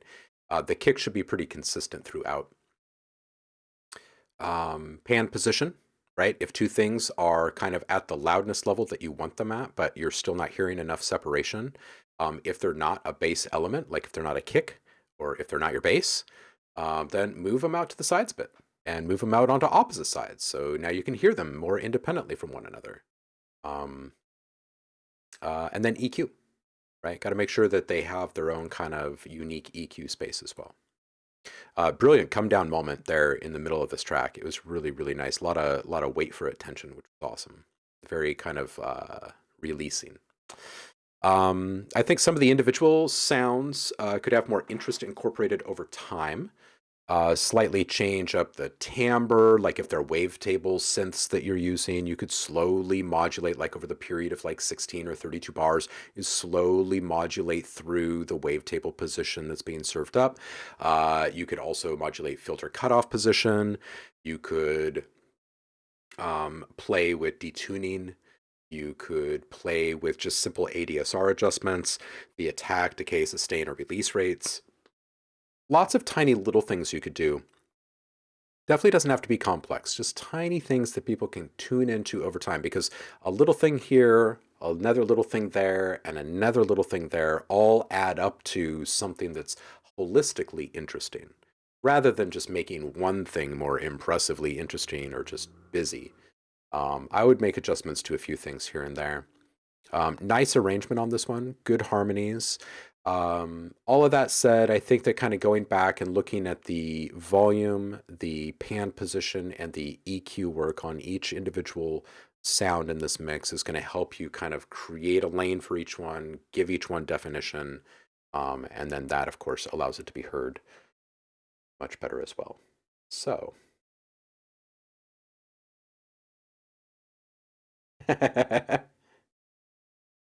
Have a good one, Saf. Yeah. It's definitely got the vibes. It's good stuff. Modi. It is time. See what our man is up to today. Says, I'm getting peaky artifacts in the waveform, but I don't necessarily hear any pops or clicks. Is this just a SoundCloud thing? Probably. Sub-presence, perhaps. Oh, this is due today, so rip a new one. Okay, cool. What's this for? Competition?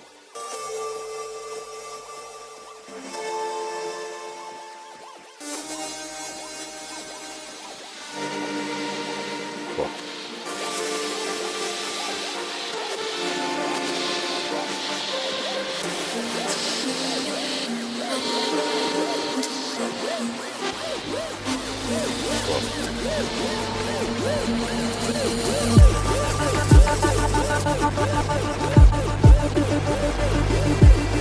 Imagine it. You know, Danny, he's done some Leviathan work.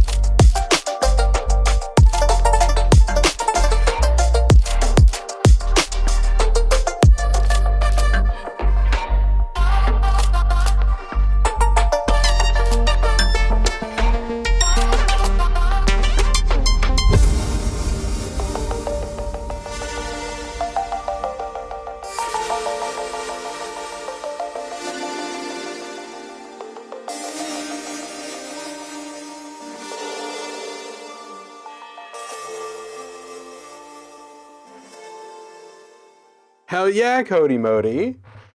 Dude. Okay. Subs are a little hot in a couple of spots. The texture work is amazing. I'd say wrangle in the subs just a little bit on this one. And Printitude. I think Black Octopus Crew is going to like this. I think Community is going to like this. It's fresh, man. The very first drop with the water drop is just this, it kind of crystallizes this moment. And everything from that point forward is just kind of like a series of wows and oh yeahs and cools. So yeah, I think you're looking right on there. That's good stuff. That was worth the wait. That was worth the wait. I hope it goes over well, homie. This next one is from Marco. It's called Sick Boys Get Back.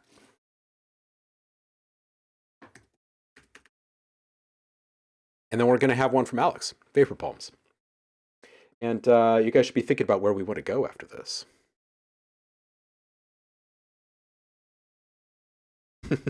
Futuristic, yeah, right?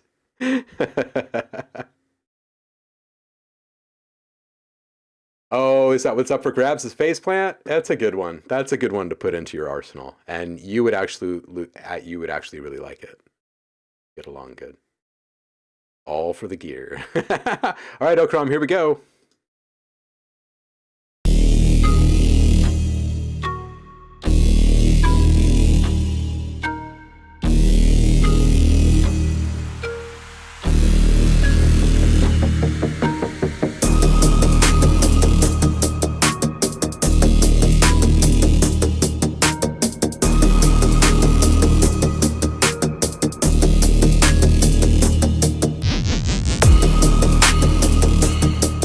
Come on over. Bring some beers. The sun just came out. It's almost the weekend.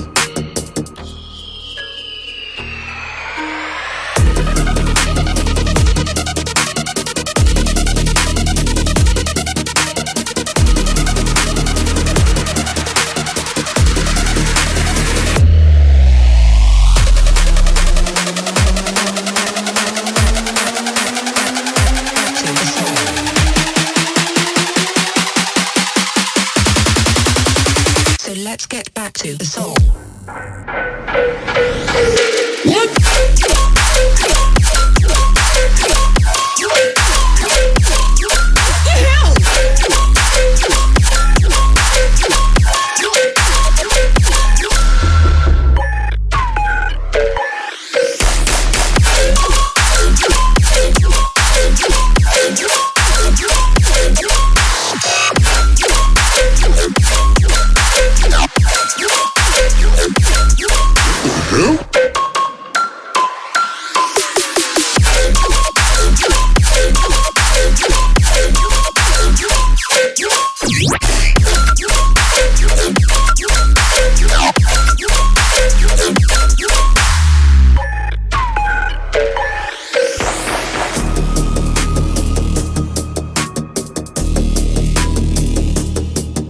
Shaking Vapor Palms house right now.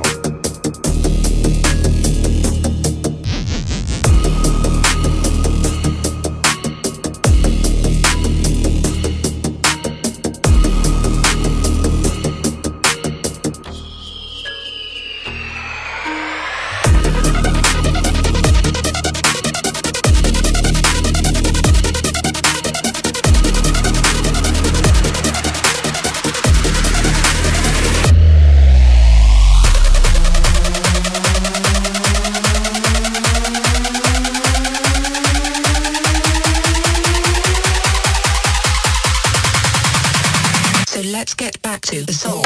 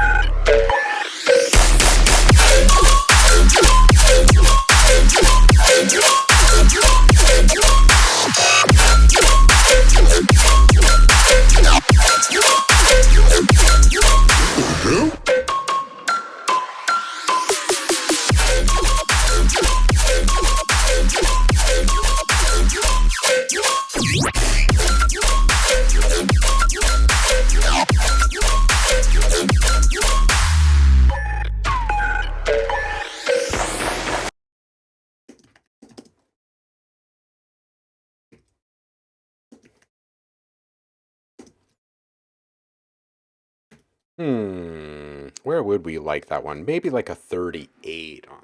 Okay, so, dude, this is great. I love the vibe from the start, the textures, all of it. Luffs. That's it. Luffs. It's the first thing you got to attend to is luffs. Um, there's like a certain amount of cinematic quality to this, but I also think there's like some cinematic value to this. This is the kind of stuff that you're starting to see kind of leak a little bit more into mainstream video work and that kind of stuff. It's really good. It's really good. I love the what the hell sample in there. That was so brilliantly timed and well placed. I kind of want a little bit of a spotlight on it. Like, what if you cut out like 3 or 4 layers that are active in that 1 second moment? What if they just straight up pause for just a second while the what the hell goes and then it's back? Are you just like in serum all day for this?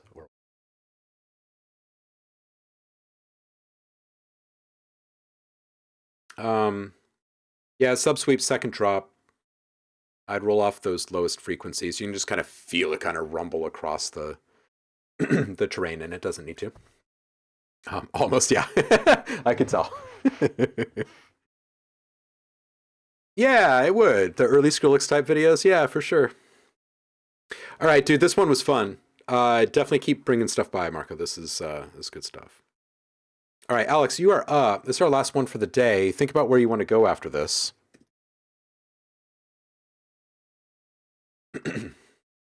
People start to peace out right before we listen to the last couple. We got to go somewhere fun today. Alex says, it's not completely finished yet. Still have to do some mixing and mastering stuff.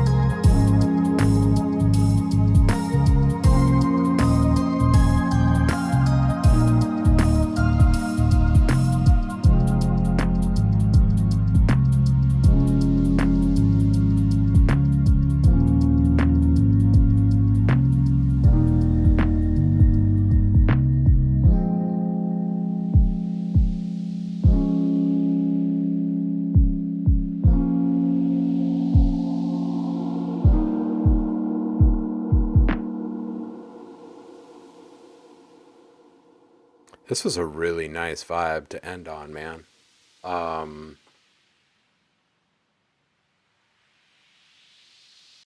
Yeah, so nice.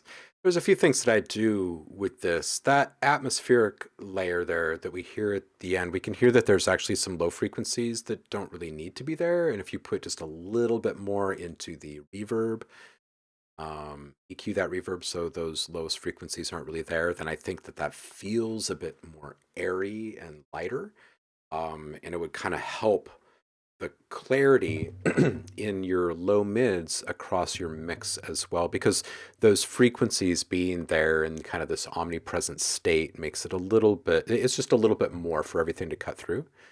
And I think that the bass is a little bit too present in touching some of the mids. So I think that between that atmospheric element, which is barely audible while everything is going, right, and this bass kind of touching those mid-range elements or frequencies in the same space, that crossover point, like if you were to look at those two elements in an EQ and see which frequencies they're sharing in those mid-lows, that's exactly where you need to cut on both of them. You just need to eliminate right there. Keep everything below that for the bass and keep everything above that for the atmosphere, and you should be pretty good to go. It'll skinny up the mid-range EQ competition for you in your mix. That shaker could stand to have a little open note here and there.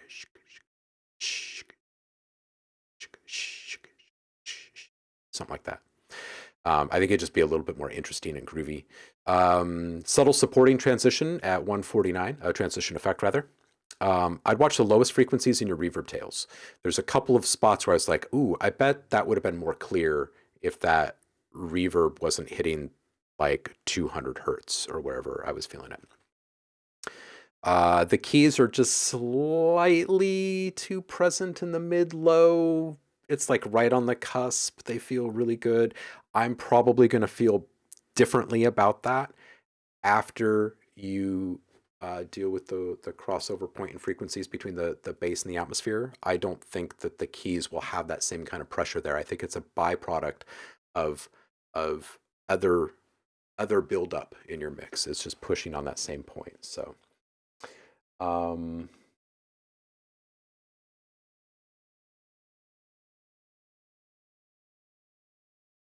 yeah, people are digging this one. They think it's tasty.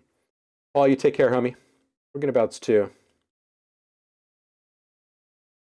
Yeah, I feel like I would hold off on making too many judgments on the timbre or loudness of anything else in the mix until you get the bass and the atmosphere cleaned up there. Always eye-opening feedback from you all. Very appreciate it. So cool. Yeah, absolutely, man. Hope it helps. Hope it helps. This is a nice track. This is a good one. This is good stuff. It is Friday. It's almost the weekend. We're all going to part ways here, but we reconvene on Monday for the community listening and voting party. If you have not even started a track yet and you are subscribed to this channel, go grab your free sound pack right now. It's over in the subscriber rewards channel right here. Link your Twitch and Discord profiles and you will automatically be granted access there. A lot of really great dialogue samples waiting for you this month. We will be listening to and judging all of the entries of what people made with those samples on Monday.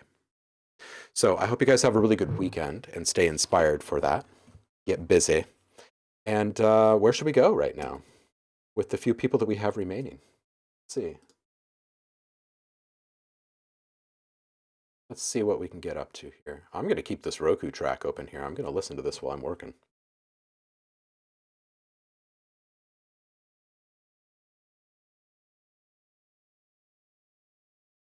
Yeah, it is good getting some stranger ears on your music, right?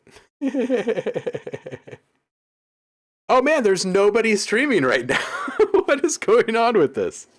Hey, let's go see what, let's not take everyone to Deadmau5, right? Wait, okay, do you want to see Deadmau5 or do you want to see some cool, like, street busking type stuff? Which one? Hey, take care, man. Oh! Lyota? Okay, we're going to do that one then.